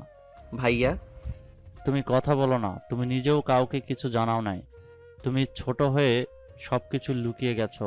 আপনারা আপুর সংসার ভাঙতে ভালো লাগছে নাকি? আপনারা কেন আমাদের ভিতরে আসেন? আশিক বাবা, আমার মেয়েকে ভুল বোঝো না। চুপ করেন। আমাদের স্বামী স্ত্রীর মাঝে আপনি কথা বলবেন না। আমার সন্তানদের রেখে তোমাকে যেতে হবে। আশিক, চুপ করো। বৌমা কোথাও যাবে না। সবার সমস্যা থাকতে পারে, কোনো তো কারণ আছে। না হলে কেউ এত বড় জীবন যাপন রেখে সবার থেকে লুকিয়ে থাকে? আমি তো ওর স্বামী, কাউকে কিছু না বললে আমাকে তো বলতে পারতো নাকি? ওই আমাকে কিছু বলে নাই। আমি ওকে গরিব ভালো ভদ্র মেয়ে টিউটর হিসেবে বিয়ে করেছিলাম, আর ওই কিনা আমাদের মিথ্যা পরিচয় দিয়েছিল। মিথ্যা কথা বলে গেছে এতদিন। আতিয়া আশিকের পা জড়িয়ে ধরলে। আয়নের আব্বু কিছু বলতে যাবে, সাথে সাথে আয়নের আম্মু হাত ধরে থামিয়ে দিল। আতিয়া আশিকের পা জড়িয়ে ধরে কান্না করতে করতে বলে, আশিক প্লিজ, আমাকে ক্ষমা করে দাও। আমি মানছি আমার তোমাকে বলা উচিত ছিল, কিন্তু আমি তোমাকে বললে তুমি আমাকে বারবার জেরা করতে, কেন বের হয়ে এসেছি নানা ধরনের প্রশ্ন করতে, যেটা আমি তোমাকে বলতে চাই না। দেখো, সবার পার্সোনাল ব্যাপার থাকে যা সবাইকে বলা যায় না। প্লিজ আশিক, আমাকে ক্ষমা করে দাও। আর আমি সত্যিটা বললে তোমরা সবাই আমাকে ঘৃণা করবে। কি এমন কথা যে সবাই তোমাকে ঘৃণা করবে? আশিক, মামুনি অনেক ভালো। মামুনিকে তুই ভুল বুঝিস না। সব কিছু বলা যায় না। কাউকে বলা না গেলে আমাকে তো বলা যায়, তাই না? আতিয়া, পা ছাড়ো, বিরক্ত লাগছে। আর শোনো, তোমার বাবা মায়ের সাথে দুজন চলে যাও। আমি যাব না, আমি ওনাদের সাথে যেতে চাই না। আমি যদি চাই আমাদের আর কখনো বাংলাদেশে আসতে দেবে না। ওনাদের মান সম্মানে লাগবে এই বাড়ির বউ বলে।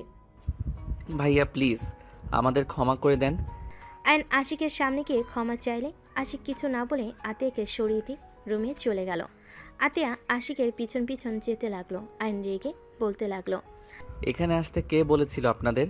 আপনারা কি ভাবছেন আপনারা এখানে আসবেন আর আপু আমি আপনাদের সাথে চলে যাব? আয়ান, বিশ্বাস কর বাবা, আমরা বুঝতে পারিনি এমন কিছু হবে। আমরা তো তোর হারিয়ে যাওয়ার খবর শুনে গতকাল দেশে এসেছি। 1টার দিকেই রহিমা আমাদের কল দিয়ে বলল, তাই আমরা এখানে এসেছি তোদের বুঝিয়ে নিয়ে যাওয়ার জন্য। আমরা বুঝতে পারিনি এমন কিছু হবে। ভালো করছেন ভাইয়া, যদি বের করে দেয় আপনাদের খবর আছে।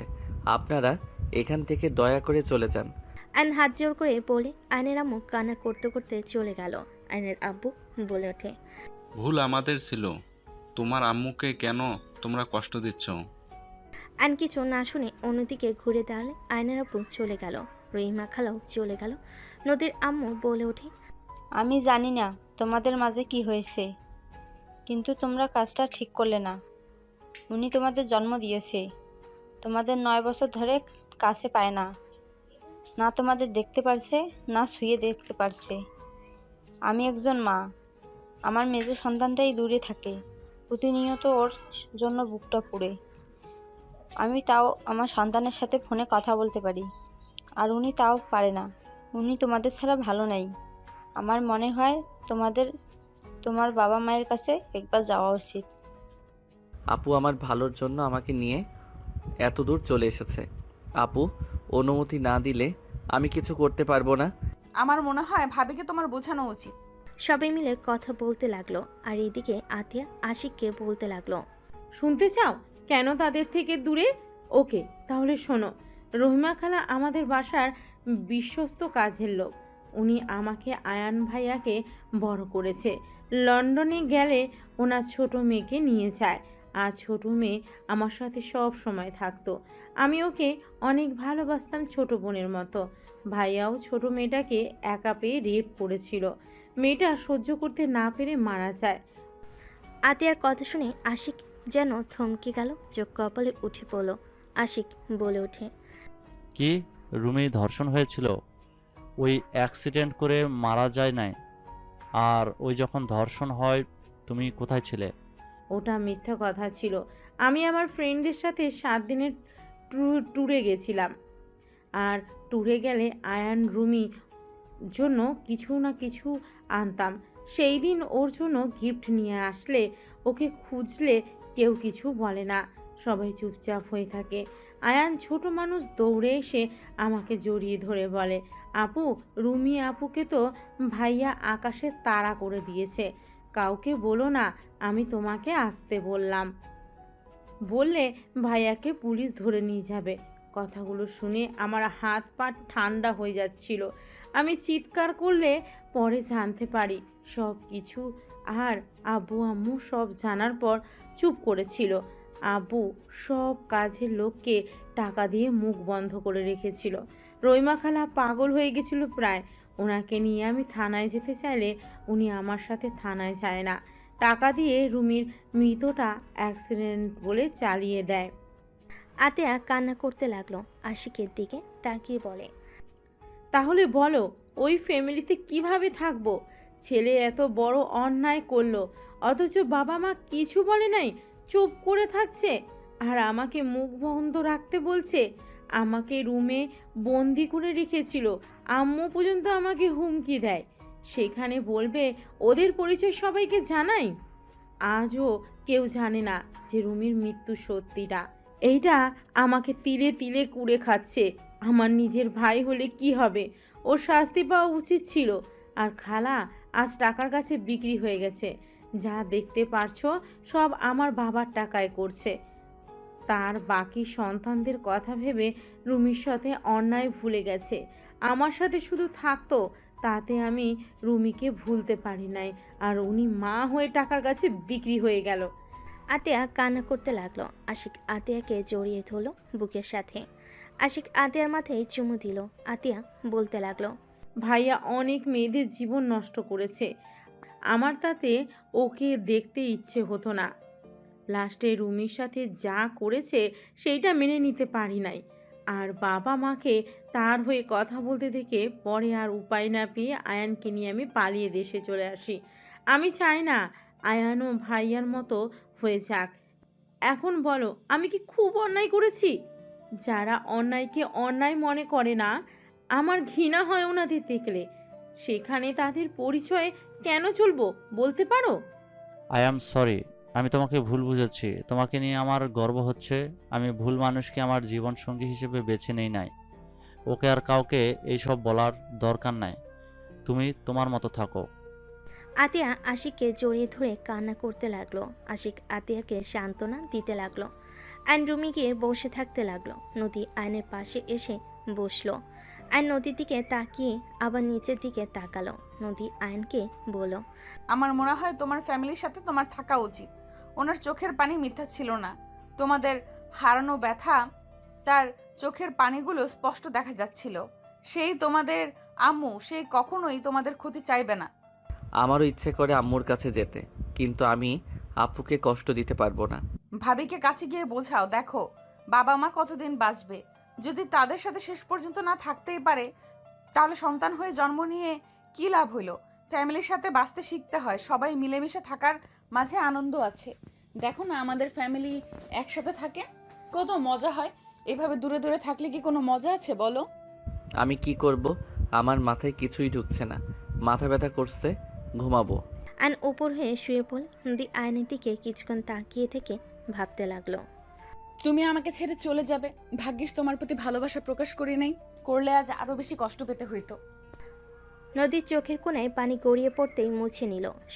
সন্ধ্যার দিকে ঘুম ভাঙলে চোখ খুলে দেখে নদী ওর পাশে আদর্শা হয়ে বসে আছে। আইন নদীর কোলে মাথা দিতেই নদী চমকে উঠল। আইন জড়িয়ে ধরে বলল, তুমি কি আমার উপরে ভাইয়ার মতো রাগ করছো? আমি রাগ করলেই কি আর না করলেই কি আয়ান? আমি তো আর তোমার কেউ না। নদী, তুমি আমার স্ত্রী। তুমি কি আমাকে ভালোবাসতে পারবে না? আমি কি তোমার ভালোবাসা পাওয়ার যোগ্য না? তুমি বড়লোক ঘরের ছেলে, আমাদের সাথে তোমার যায় না। তুমি বিয়ে করলে বড়লোক দেখে বিয়ে করবে। তুমি আমার গার্লফ্রেন্ড না, নদী, তুমি আমার বিয়ে করা বউ। বউ গার্লফ্রেন্ডের মধ্যে অনেক পার্থক্য। আমি তোমাকে খুব তাড়াতাড়ি ডিভোর্স দিয়ে দিব। ও সরি, তুমি তো অন্য কাউকে ভালোবাসো। আমাকে ডিভোর্স দিয়ে তার কাছে চলে যাবে নাকি? তোমাকে যখন ওই লোকটা বিয়ে করলো না, তখন তুমি তোমার বয়ফ্রেন্ডকে বিয়ে করতে পারো নাই? কোথায় ছিল তোমার বয়ফ্রেন্ড? দেখো, আমি তোমাকে ছাড়তে পারবো না। মানুষ জীবনে বিয়ে একবার করে, বারবার করার কোনো ইচ্ছে নাই। আমি তোমাকে ভালোবাসি।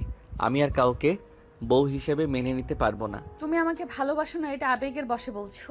তোমার বাবা মা যদি বলে মেয়ে বড় বেশি, ছেলের বউ হিসেবে মানলাম না, তখন তুমি নিজেই আমার হাত ছেড়ে দিবে। আর এখন আমাকে ভালো লাগছে, ভবিষ্যতে আমাকে তোমার ভালো লাগবে না। নদীর কথা শুনে আয়নের রাগ উঠল। আয়ন কোনো কিছু না বলে উঠে পড়ল। আয়ন ওয়াশরুমে চলে গেল। আয়ন মুখে পানি দিয়ে আয়নের দিকে তাকিয়ে থাকতে আয়ন ভাবতে লাগলো, আমাকে ডিভোর্স দিবা তাই না? আগে তোমাকে বাচ্চার আম্মু বানাই, তারপর দেখবো আমাদের ছেড়ে কিভাবে যাও। আর এই ফালতু কথা বলা বের করব। আয়ন দুষ্ট হাসি দিয়ে ফ্রেশ হয়ে বের হইল। নদীর দিকে তাকাতে নদী উঠে চলে গেল। আয়ন নদীর পিছন পিছন যেতে লাগলো।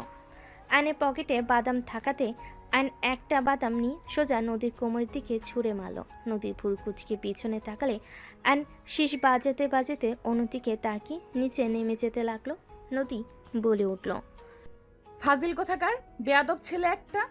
নদীর কথা শুনে সবাই নদীর দিকে তাকালো। আয়ন নদীর দিকে তাকিয়ে বলে, এক্সকিউজ মি, আমাকে কিছু বলছেন?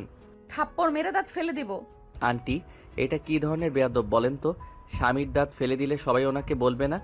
দাঁত ছাড়া স্বামী, মান সম্মান কার যাবে বলেন তো? আয়নের কথা শুনে আতিয়াবাদে সবাই হেসে দিল। নদী রেগে বলে উঠল, জাস্ট শাট আপ আয়ান। ঢং। আয়ন কথাটা বলে নিচে নামলো। নদী নিচে নেমে সোফায় বসলে আতিয়া বলে ওঠে, নদী, মন থেকে একটা কথা বলবে? কি কথা ভাবি? তুমি কি সত্যি আয়নের সাথে থাকতে চাও না? দেখো, মন থেকে বলো। যদি না থাকতে চাও তাহলে আমাদের বলো। আতিয়ার কথা শুনে নদী চুপ করে থাকলো। আয়ন বলে ওঠে, আপু, ওনার কথা রাখো। আমি ওনাকে ডিভোর্স দিব না। উনি আমাকে মেনে নিক বা না নিক, উনি আমার স্ত্রী নামে থাকবে। আমি বেঁচে থাকতে ওনাকে অন্য কারো হতে দিব না। Just shut up. কেউ থাকতে না চাইলে তাকে জোর করে রাখা যায় না আয়ান। যে চলে যেতে চায় তাকে চলে যেতে দিতে হয়, না হলে সেই তীরে তীরে কষ্ট পেতে পেতে মারা যাবে। আপু, আমি ওনাকে ছাড়া কাউকে আমার লাইফে চাই না। উনি আমার স্ত্রী, উনি থাকবে সারা জীবন। বলো। আয়নের কথা শুনে নদী অবাক হয়ে তাকালো। তুলি বলে উঠল, আয়ান তোমাকে সবার সামনে চাচ্ছে, আর তুমি এত ভাব কেন নাও আপু? এসব আবেগ, আবেগ চলে গেলে তখন আর আমাকে ভালো লাগবে না। বারবার এক কথা কেন বলো? আমি একবারও বলছি এইটা আমার আবেগ, তুমি আমার স্ত্রী, তাই আমি তোমাকে ভালোবাসতে শুরু করছি। বলতে ভালোবাসি। দেখো, আমি তোমাকে চেয়েছি মানে তোমার আমার হয়ে থাকতে হবে। তোমার বয়ফ্রেন্ড যেই থাকুক আমি তার হতে দিব না। আয়ান, সব কিছুতে জেদ মানায় না। ওই না থাকলে জোর করে কিভাবে রাখবি? ওই আস্তে আস্তে ঠিক আমাকে ভালোবাসবে, এইটা আমার বিশ্বাস। চুপ কর নদী, তুমি ভেবে দেখো। যদি দেখো না থাকা সম্ভব না, তাহলে ডিভোর্স লেটার দিয়ে দিও। আমার ভাবার কিছু নাই, আমি ওর সাথে থাকতে পারবো না। নদীর কথা শুনে আয়নের রাগ হতে লাগলো। আয়ান বলতে লাগলো, মন থেকে বলছো নাকি? তুমি বুকে হাত দিয়ে আমার চোখের দিকে তাকিয়ে যদি এই কথা বলতে পারো, যাও, আমি তোমাকে নিজে ছেড়ে দিব। তোমাকে আমি কখনোই ডিস্টার্ব করব না। আয়ন নদীর সামনে গিয়ে হাঁটুকে বসে পড়ল। তাকাও আমার দিকে। এইসব ফালতু ডায়লগ দিবে না তো। আমি যেটা বলছি ওইটা করো। ওইসব করা লাগবে না আমার। আমি ভালোবাসি না, এটাই আসল কথা। এত নাটক আমি করতে পারবো না। নাটক লাস্টবার করো।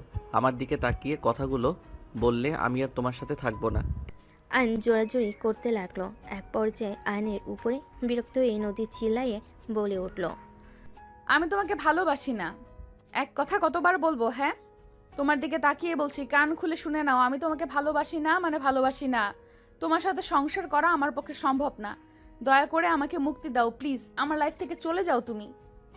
নদী কথাগুলো শেষ করতেই আয়ন কিছু না বলে উঠে পড়ল। আয়ন মুখে হাসি রেখা টেনে বলে, ঠিক আছে, মুক্তি দিয়ে দিব। বুঝেছি, আমার সব ধারণা ভুল ছিল। আসলে তুমি আমাকে ভালোবাসো না। আয়নের চোখের কোণে পানি আসতে লাগলো।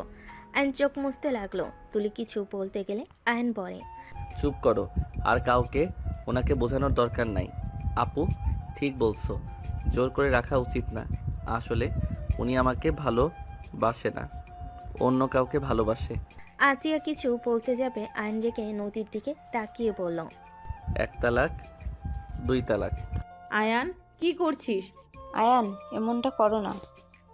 আপু, দয়া করে কেউ আমাকে বাধা দিবেন না। 3 তালাক। যান, আপনি আজ থেকে মুক্ত। সঠিক সময় ডিভোর্স লেটার পেয়ে যাবেন। আইন চোখের পানি মুছতে লাগলো। নদীর আম্মু থ হয়ে সোফায় বসে পড়ল। নদীর কানে তালাক শব্দটা ভাসতে লাগলো। নদীর শরীরের শক্তি যেন এক নিমিষেই হারিয়ে গেছে। নদী পাথরের মতো বসে থেকে আইনের দিকে তাকিয়ে থাকতে লাগলো। আইন চোখ মুছতে মুছতে বলে, আপু, আমি এখানে থাকতে পারবো না। আমি আম্মু আব্বুর সাথে একদিন থাকতে চাই। তারপর আমার মন যেদিকে যাবে আমি সেদিকে চলে যাব। কোথায় যাবি? জানি না, এখানে আমি আর থাকতে পারবো না। ওনাকে দেখলে আমার কষ্ট হবে। ওকে, তুই যা আম্মু আবুর কাছে, আমি ঠিকানা বলে দিচ্ছি। আপু, একটা কথা বলবো? দেখো, ভাইয়া ভুল করছে। আম্মুর তো কোনো দোষ নাই। সময় হইলে তুমিও চলে এসো আপু, দেখা করতে। উনি আমাদের জন্ম দিয়েছে। যত রাগ দেখাও না কেন আপু, তুমিও আম্মুকে অনেক মিস করো। যদি কখনো মনে হয় চলে এসো। আর আঙ্কেল আন্টি, ভাইয়া, তুলি ভাবি, আমাকে ক্ষমা করে দিয়েন আমি আপনাদের সাথে অন্যায় করে থাকলে। আরুষ, আফিয়া মামা, তোমাদের অনেক ভালোবাসি। সাবধানে থেকো, মামাকে ভুলে যাও না। আইন আরুষ আফিয়াকে জড়িয়ে ধরে আদর করতে লাগলো আর চোখ মুছতে লাগলো। আইন ওর আপুকে জড়িয়ে ধরে বলল, ভালো থেকো আপু, আর বিআইন ভালো থাকবেন। আজ থেকে আপনি আমার আবারও বিআইন হয়ে গেলেন। আপনাকে মুক্ত করে দিয়েছি।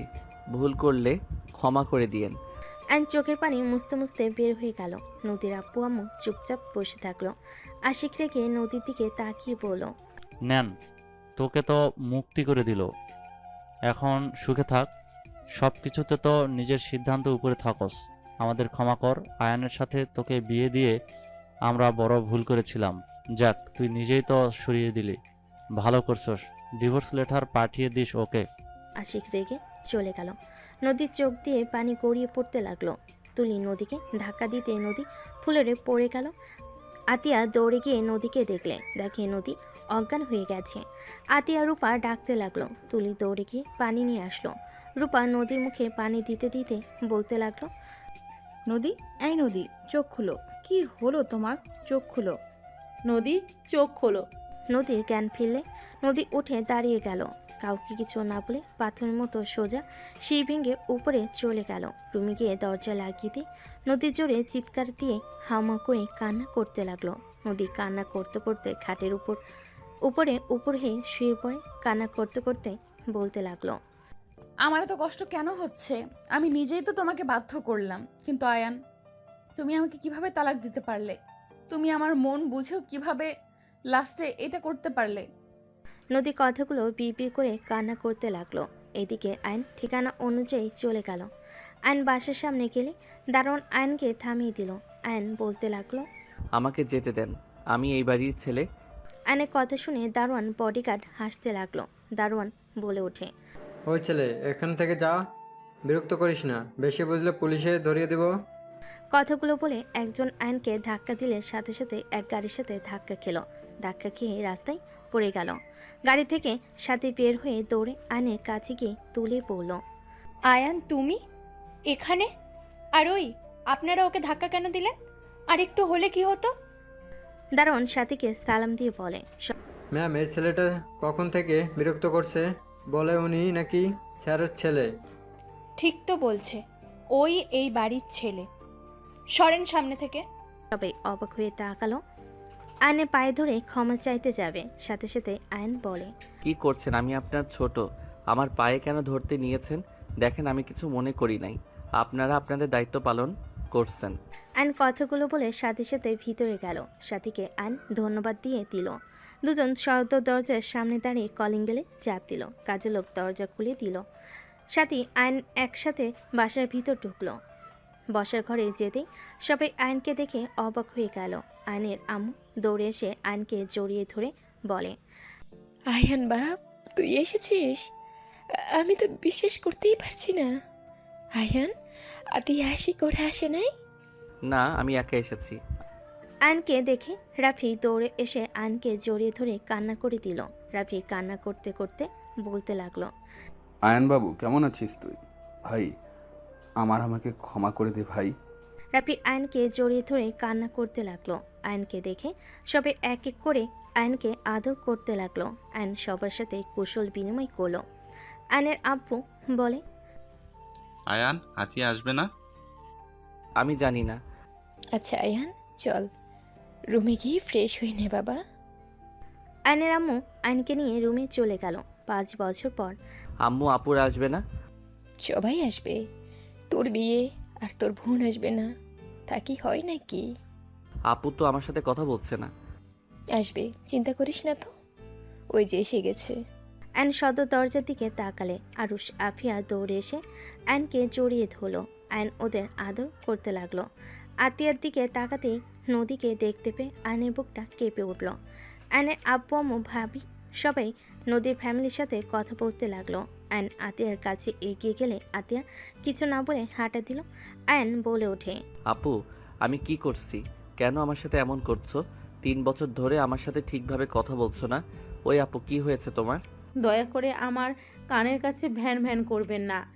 আপনার বিয়ে, তাই সবাই মিলে খেতে এসেছি, আপনার ভ্যান ভ্যান শুনতে আসি নাই। আতিয়া কথাটা বলে চলে গেল। আর নদীর আব্বু আম্মু তুলি আশিকের সাথে কুশল বিনিময় করলো। নদীর দিকে তাকাতেই নদী মিষ্টি করে হেসে বলে, অভিনন্দন বিআই। ধন্যবাদ। কেমন আছেন? জি আলহামদুলিল্লাহ, অনেক ভালো। ভিতরে আসেন। আয়ন সবাইকে ভিতরে আসতে বলল।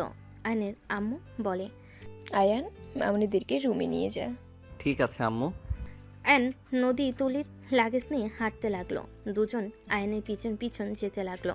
তুলি বলে ওঠে, আয়ান, তোমাদের বাসাটা তো বিশাল বড়, এত বড় বাসায় থাকতে ভয় লাগে না?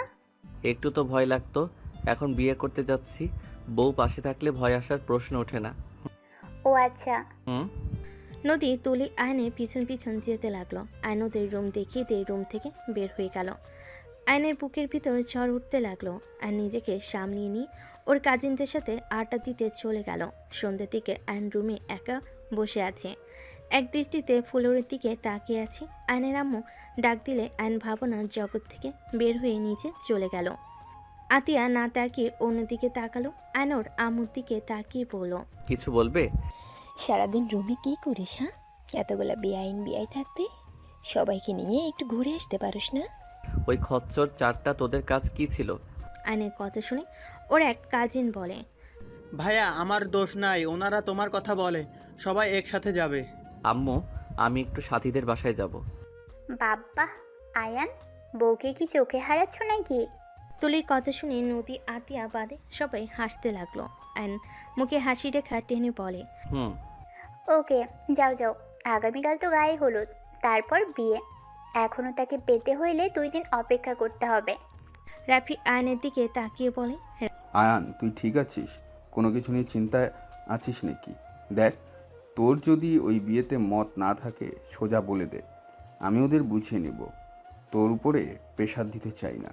রাফির কথা শুনে আতিয়া বলে ওঠে, আপনি আবার অন্যের কথাও ভাবেন? রাফি আতিয়ার কথা শুনে চুপ হয়ে গেল। আর কিছু না বলে আরও আপিয়ার সাথে খেলা করতে লাগলো। আইন কিছু না বলে যেই ঘুরতে যাবে, পিছনে সাথে সাথে রাকিবকে দেখে আইন খুশিতে জড়িয়ে ধরল। দোস্ত তুই এসেছিস? তোর বিয়ে আমি আসবো না তা তো হয় না, তোর শালিকার সাথে প্রেম তো করা লাগবে নাকি? শালা? তুই শালা হবি, আমি না। ওকে যেই হোক চল আমার সাথে, আমার ভালো লাগছে না। কোথায় যাব? যেখানে যাওয়ার কথা। আরে এটাই তো ম্যাম। রাকিব আইনকে ছেড়ে দিয়ে নদীর সামনে গিয়ে বলে, আসসালামু আলাইকুম ম্যাম, কেমন আছেন? ওয়ালাইকুম সালাম, ভালো। তুমি কেমন আছো? আলহামদুলিল্লাহ ম্যাম, আপনার সাথে তো আয়নের তেমন একটা কথাই হতো না, সেখানে আর কাউকে দাওয়াত না দিয়ে আপনাকে দিয়েছে। রাকিব ওইটাই আমার বোন। আশিকের কথা শুনে রাকিব ভ্যাবাচেকা খেয়ে গেল। রাকিব মুখ ফসকে বলে ওঠে, শালা তুই তাহলে ম্যামের প্রেমে হাবুডুবু খাচ্ছিলি? রাকিবের কথা শুনে সবাই অবাক হয়ে গেল। আয়ন রাকিবের মুখ চেপে ধরে নিয়ে যেতে লাগলো। আয়নকে গাড়িতে তুলে আয়ন ড্রাইভিং করতে লাগলো। আয়ন সোজা সাথীদের বাসায় চলে গেল। আয়নকে দেখে সবাই অবাক হয়ে তাকিয়ে আছে। আয়নের ভাবি বলে ওঠে, আয়ান তুমি এখানে? ভিতরে আসো। ভাবির সাথী কোথায়? আয়নের কথা শুনে সবে মিটিমিটি হাসতে লাগলো।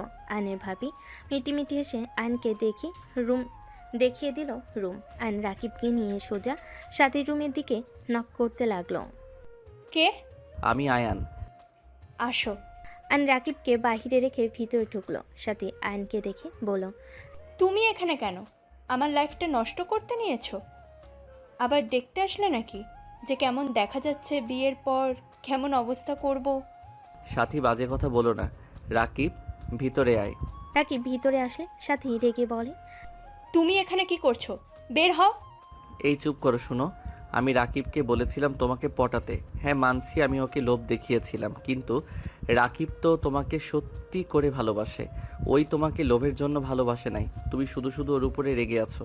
শুনো, রাগ জিদ অভিমান করে ভুল সিদ্ধান্ত নিও না, যা সারা জীবন পস্তাতে হবে। আমার কাছে আইডিয়া আছে, শোনো। আমার কিছু শুনতে হবে না। বের হও দুজন। আমার কারোর সাথে কথা বলার কোনো ইচ্ছে নেই। রাকিব সাথীর পায়ের কাছে বসে পা জড়িয়ে ধরে বলে, সাথী, আমি তোমাকে অনেক ভালোবাসি। আমি তোমাকে ছেড়ে থাকতে পারবো না। আমি তোমাকে নিয়ে পালিয়ে যেতে চাই। সাথী, আমার চাকরি হয়েছে। আমি জানি আমি তোমাকে তোমার আব্বুর দামি দামি কিছু দিতে পারবো না, তবে আমি তোমাকে কখনোই কষ্ট পেতে দিব না। আমি তোমাকে সুখে রাখার চেষ্টা করব। প্লিজ তুমি আমাকে ক্ষমা করে দাও। রাকিব কান্না করতে নিলে সাথী নিজের রাগ অভিমান ভুলে রাকিবকে জড়িয়ে ধরে কান্না করতে করতে বলে, আমার কিচ্ছু চাই না, আমি শুধু তোমাকে চাই রাকিব। চলো এখন পালিয়ে যাই আমরা। এই না, এখন না, আমার আইডিয়া শোনো। আইন দুজনকে প্ল্যান খুলে বলল। কথা বলা শেষ হলে সাথী বলে, ওকে, এখন যাও দুইজন। আরে বউ একটু দেখি না। শালা, কাকে বউ বলোস? অথুক্কু, বন্ধুর বউ মানে তো আমারও বউ, আর আমার বউ মানে তো তোর ম্যাম। আয়নের কথা শুনে দুজন হেসে দিল। আয়ন রাকিবকে নিয়ে বের হয়ে গেল। আয়ন সোজা বাসে চলে গেল। আয়ন রাকিব রুমে বসে থেকে প্ল্যান করতে লাগলো। আয়নকে ওর কাজিনরা ডেকে নিয়ে যেতে লাগলো। ওদের সাথে সাদেকি আড্ডা দিতে লাগলো। রাতে দুজন রুমে গিয়ে ঘুমিয়ে গেল। সকালে হলুদের অনুষ্ঠান শুরু হলে সবাই নাচ গান করতে লাগলো। নদী আয়নের দিকে তাকিয়ে মুখে হাসি রেখা টেনে আয়নের গালে হলুদ লাগিয়ে দিল। আয়ন নদীর হাত ধরে নদীর চোখের পানি গড়িয়ে পড়ল। আয়ন টান দিয়ে ঘুরিয়ে হলুদ লাগিয়ে দিয়ে বলে, আরে বিয়াইন আমাকে দিবেন, শুধু নিজেও তো নেন। আয়ন হলুদ দিয়ে হাসতে লাগলো। সাথে ওর কাজিনরা বন্ধুরা হাসতে লাগলো। গায়ে হলুদের অনুষ্ঠান শেষ হয়ে গেলে সবাই আড্ডা দিতে লাগলো। বিয়ের দিন চলে আসলো। 6টার দিকে বরপক্ষ হয়ে রওনা দিল। আয়ন রাকিব ওর বন্ধুরা সবাই বরের ড্রেস পরেছে। সবাই রুমাল দিয়ে মুখ ঢেকে রেখেছে। সাথীদের বাসার সামনে গেটে নামলে সবাই একসাথে ভিতরে গিয়ে বসে পড়ল। অ্যান্ড আস্তে আস্তে ওইখান থেকে সরে সোজা কাজীর কাছে চলে গেল। কাজীকে টাকা দিয়ে রাকিবের আর সাথীর বিয়ে সব কিছু লিখে রাখতে বলল। ওখানে ঠিক করে অ্যান রাকিবকে টেক্সট দিয়ে ওখান থেকে চলে গেল। অ্যান সোজা ব্রিজের নিচে চলে গেল। অ্যান শেরানি খুলে ফেলে দিল আর আকাশের দিকে তাকিয়ে থেকে ভাবতে লাগলো, আল্লাহ, আমার প্রিয় মানুষটা কেন আমার হয়েও হলো না? সাথীর মতো কেন আমাকে ভালোবাসতে পারলো না? সাথী রাকিবের ধোঁকা জেনেও তো ওকে কবুল করে নিল। আর আমার ভালোবাসার মানুষের কাছে আমি কি অন্যায় করেছিলাম? কেন সে আমাকে বলল ওই আমাকে ভালোবাসে না? আমি কি সত্যি কারো ভালোবাসা পাওয়ার যোগ্য না? আয়ন চোখের পানি ফেলতে লাগলো। আয়ন সারা রাত ব্রিজের নিচে গিয়ে কাটিয়ে দিল। সকালে ভোরের আলো ফুটতেই আয়ন ব্রিজের উপরে উঠে পড়ল। রিক্সা নিয়ে বাসায় চলে গেল। রিক্সা ভাড়া দিয়ে আয়ন ভিতরে চলে গেল। আয়ন বাসের ভিতরে ঢুকতেই বসার ঘরে গেলে সবাই আয়নের উপর রেগে কিছু বলবে। তার আগে নদী আয়নকে দেখে সিঁড়ি থেকে নিচে নেমে দৌড়ে এসে আয়নকে শক্ত করে জড়িয়ে ধরে সারা মুখে চুমু দিতে দিতে বলতে লাগলো, আয়ান সারা রাত কোথায় ছিলে জানো? কত ভয় পেয়ে গেছিলাম। আয়ান, আমি তোমাকে অনেক ভালোবাসি। আমি তোমাকে ছাড়া কাউকে ভালোবাসতে পারবো না। আমি তোমাকে আমার জীবন থেকে বেশি ভালোবাসি। আয়ান, তোমাকে আমার ভালোবাসতে হবে না। আয়ান, তুমি শুধু আমাকে তোমার আশেপাশে থাকতে দিও, আমার তাতেই হবে। তাও তুমি আমার থেকে দূরে যেও না। নদী কথাগুলো বলে হাউমাউ করে কান্না করতে লাগলো। সবাই হতভম্ব হয়ে তাকিয়ে আছে। আয়নের চোখের কোণায় পানি গড়িয়ে পড়তে লাগলো। নদী আয়নকে আষ্টে পিষ্টে জড়িয়ে ধরে বলতে লাগলো, আয়ান, আমি কাউকে ভালোবাসি না। আমি তোমাকে ভালোবাসি। আমার কোনো বয়ফ্রেন্ড নাই আয়ান। তুমি সেদিন আমার পুরো কথা না শুনে সোফায় গিয়ে শুয়ে পড়লে। আয়ান, আমি সেই দিন তোমাকে ভালোবাসার কথা বলেছিলাম। তুমি আমাকে বুঝতে পারো নাই আয়ান। আমি সবার মতো আমার ভালোবাসা আমি প্রকাশ করতে পারি না। তুমি তো আমাকে বুঝেও লাস্টে বুঝলে না আয়ান। আমি তোমাকে অন্য কারো হতে দেখতে পারবো না। নদী কান্না করতে করতে আয়নের পায়ের কাছে বসে পা জড়িয়ে ধরে কান্না করতে করতে বলতে লাগলো, আয়ান প্লিজ আমাকে ক্ষমা করে দাও। আমি তোমার কাছে ভিক্ষা চাচ্ছি। আমাকে তুমি আবারও নিজের কাছে টেনে নাও না। আমাকে লাস্ট বার সুযোগ দাও না আয়ান। আমি কথা দিচ্ছি, তুমি আমাকে মেরে কেটে ফেলে দিলেও আমি তোমাকে ছেড়ে যাব না। প্লিজ আমাকে তুমি ক্ষমা করে দাও। ক্ষমা করে আমাকে একটা সুযোগ দাও না। নদী কান্নায় ভেঙে পড়ল। আতিয়া বলে ওঠে, আয়ান, নদী তোকে অনেক ভালোবাসে। 3 বছর ধরে তোকে আমি এইসব বলার চেষ্টা করছি, তুই আমার কথা না শুনে কল কেটে দিতি। নদীর কোনো কথা শুনতে চাইতি না। এইসব হচ্ছেটা কি? নদী তো আয়ানের 1 বছরের বড়, ওর সাথে ওর ভালোবাসা কিভাবে হয়? ফাজলামি নিতেছিস? হ্যাঁ, আয়নের আম্মু আর কিছু বলবে তার আগে আয়ন নদীকে 2 হাত দিয়ে তুলে ধরে চোখের পানি মুছে দিয়ে বুকের সাথে জড়িয়ে ধরে বলে, কি করছো? আমার পায়ে কেন ধরছো? আমি তোমাকে ভালোবাসি আর সারা জীবন আমি তোমাকে ভালোবেসে যাব। তুমি আমার পাশে থাকো বা না থাকো, সেই দিন তুমি আমাকে ওইভাবে না বললে আজ একটা ভালো সম্পর্ক থাকতো। আয়ান কি আবল তাবল বকছিস? নদী হাতিয়ার 1 বছরের ছোট হবে। ওই তোর বড় বোনের মতো। ওই আমার বোনের মতো না, ওই আমার স্ত্রীর মতো। আর আম্মু বারবার বড় বড় করবে না, ভালোবাসে আবার বড় ছোট কোনো ব্যাপার না। একে উপরের মনের মিল থাকাটা মেইন। বয়স তো পানির মতো বাড়তে থাকে। আর নদীকে যদি তোমাদের কারো বৌমা হিসেবে মেনে নিতে কষ্ট হয় তাহলে বলতে পারো, আমি নদীকে নিয়ে চলে যাব। তারপরও কারো কথা শুনে আমার ভালোবাসার মানুষের হাত ছাড়তে পারবো না। আয়নের কথা শুনে আয়নের আব্বু বলে, রাহেলা রাগ করো না, আমাদের সন্তানেরা যার সাথে থেকে সুখে থাকবে তার সাথে বিয়ে দেওয়াই ভালো। আয়নের বড় চাচু বলে ওঠে, যাক ভালোই হলো। শফিক শোনো, আমরা সবাই যখন আসি এই সুযোগে ওদের বিয়েটা দিয়ে দাও। কাজী নিয়ে আয়। আয়নের বড় চাচুর কথা শুনে আয়ন খুশি হইল। রাফি কাজীকে ফোন দিয়ে চলে আসতে বলল। কাজে আসলে আয়ন নদীর বিয়ে পড়িয়ে দিতে লাগলো। বিয়ে পড়ানো শেষ হলে রাকিব সাথে সাথে এসে পড়ল। ছি শালা বাবু, ছি, ম্যামকে বিয়ে করতে লজ্জা লাগে না? ছি বন্ধু কাজিন, ছি। এই ঢং বন্ধ করো। ছিছি করলে সাথীকে নিয়েও বাসর ঘরে চলে যাব। আমি রাজি। কুত্তা বিড়াল কি বলো? গলা টিপে মেরে ফেলবো। নদী আয়নের গলা ধরে সবাই হাসতে লাগলো। আয়ন নদীর হাত ধরে বলতে লাগলো, আরে আরে বউ, মজা করছি। সাথী রাকিবের বউ, বন্ধুর বউ, তার উপরে কাজিন, আবার বিআইন। একটু মজা করছি। সরি জান, ছাড়ো, ব্যথা লাগছে। যাই হোক, বলেন কেন? আয়ন উঠে নদীকে কোলে তুলে নিল। সবাই মিটিমিটি হাসতে লাগলো। নদী লজ্জায় আয়নের বুকে মুখ লুকিয়ে নিল। আয়ন নদীকে নিয়ে চলে গেল। রাকিব বলতে লাগলো, শালা বাবু, আরেকটা বিয়ে করলে আমাকে ভাগ দিস। তোর মনে হয় মার খাওয়ার ইচ্ছে জাগছে। সাথী মারতে যাবে। রাকিব কানে হাত দিয়ে উঠবোস করতে লাগলো।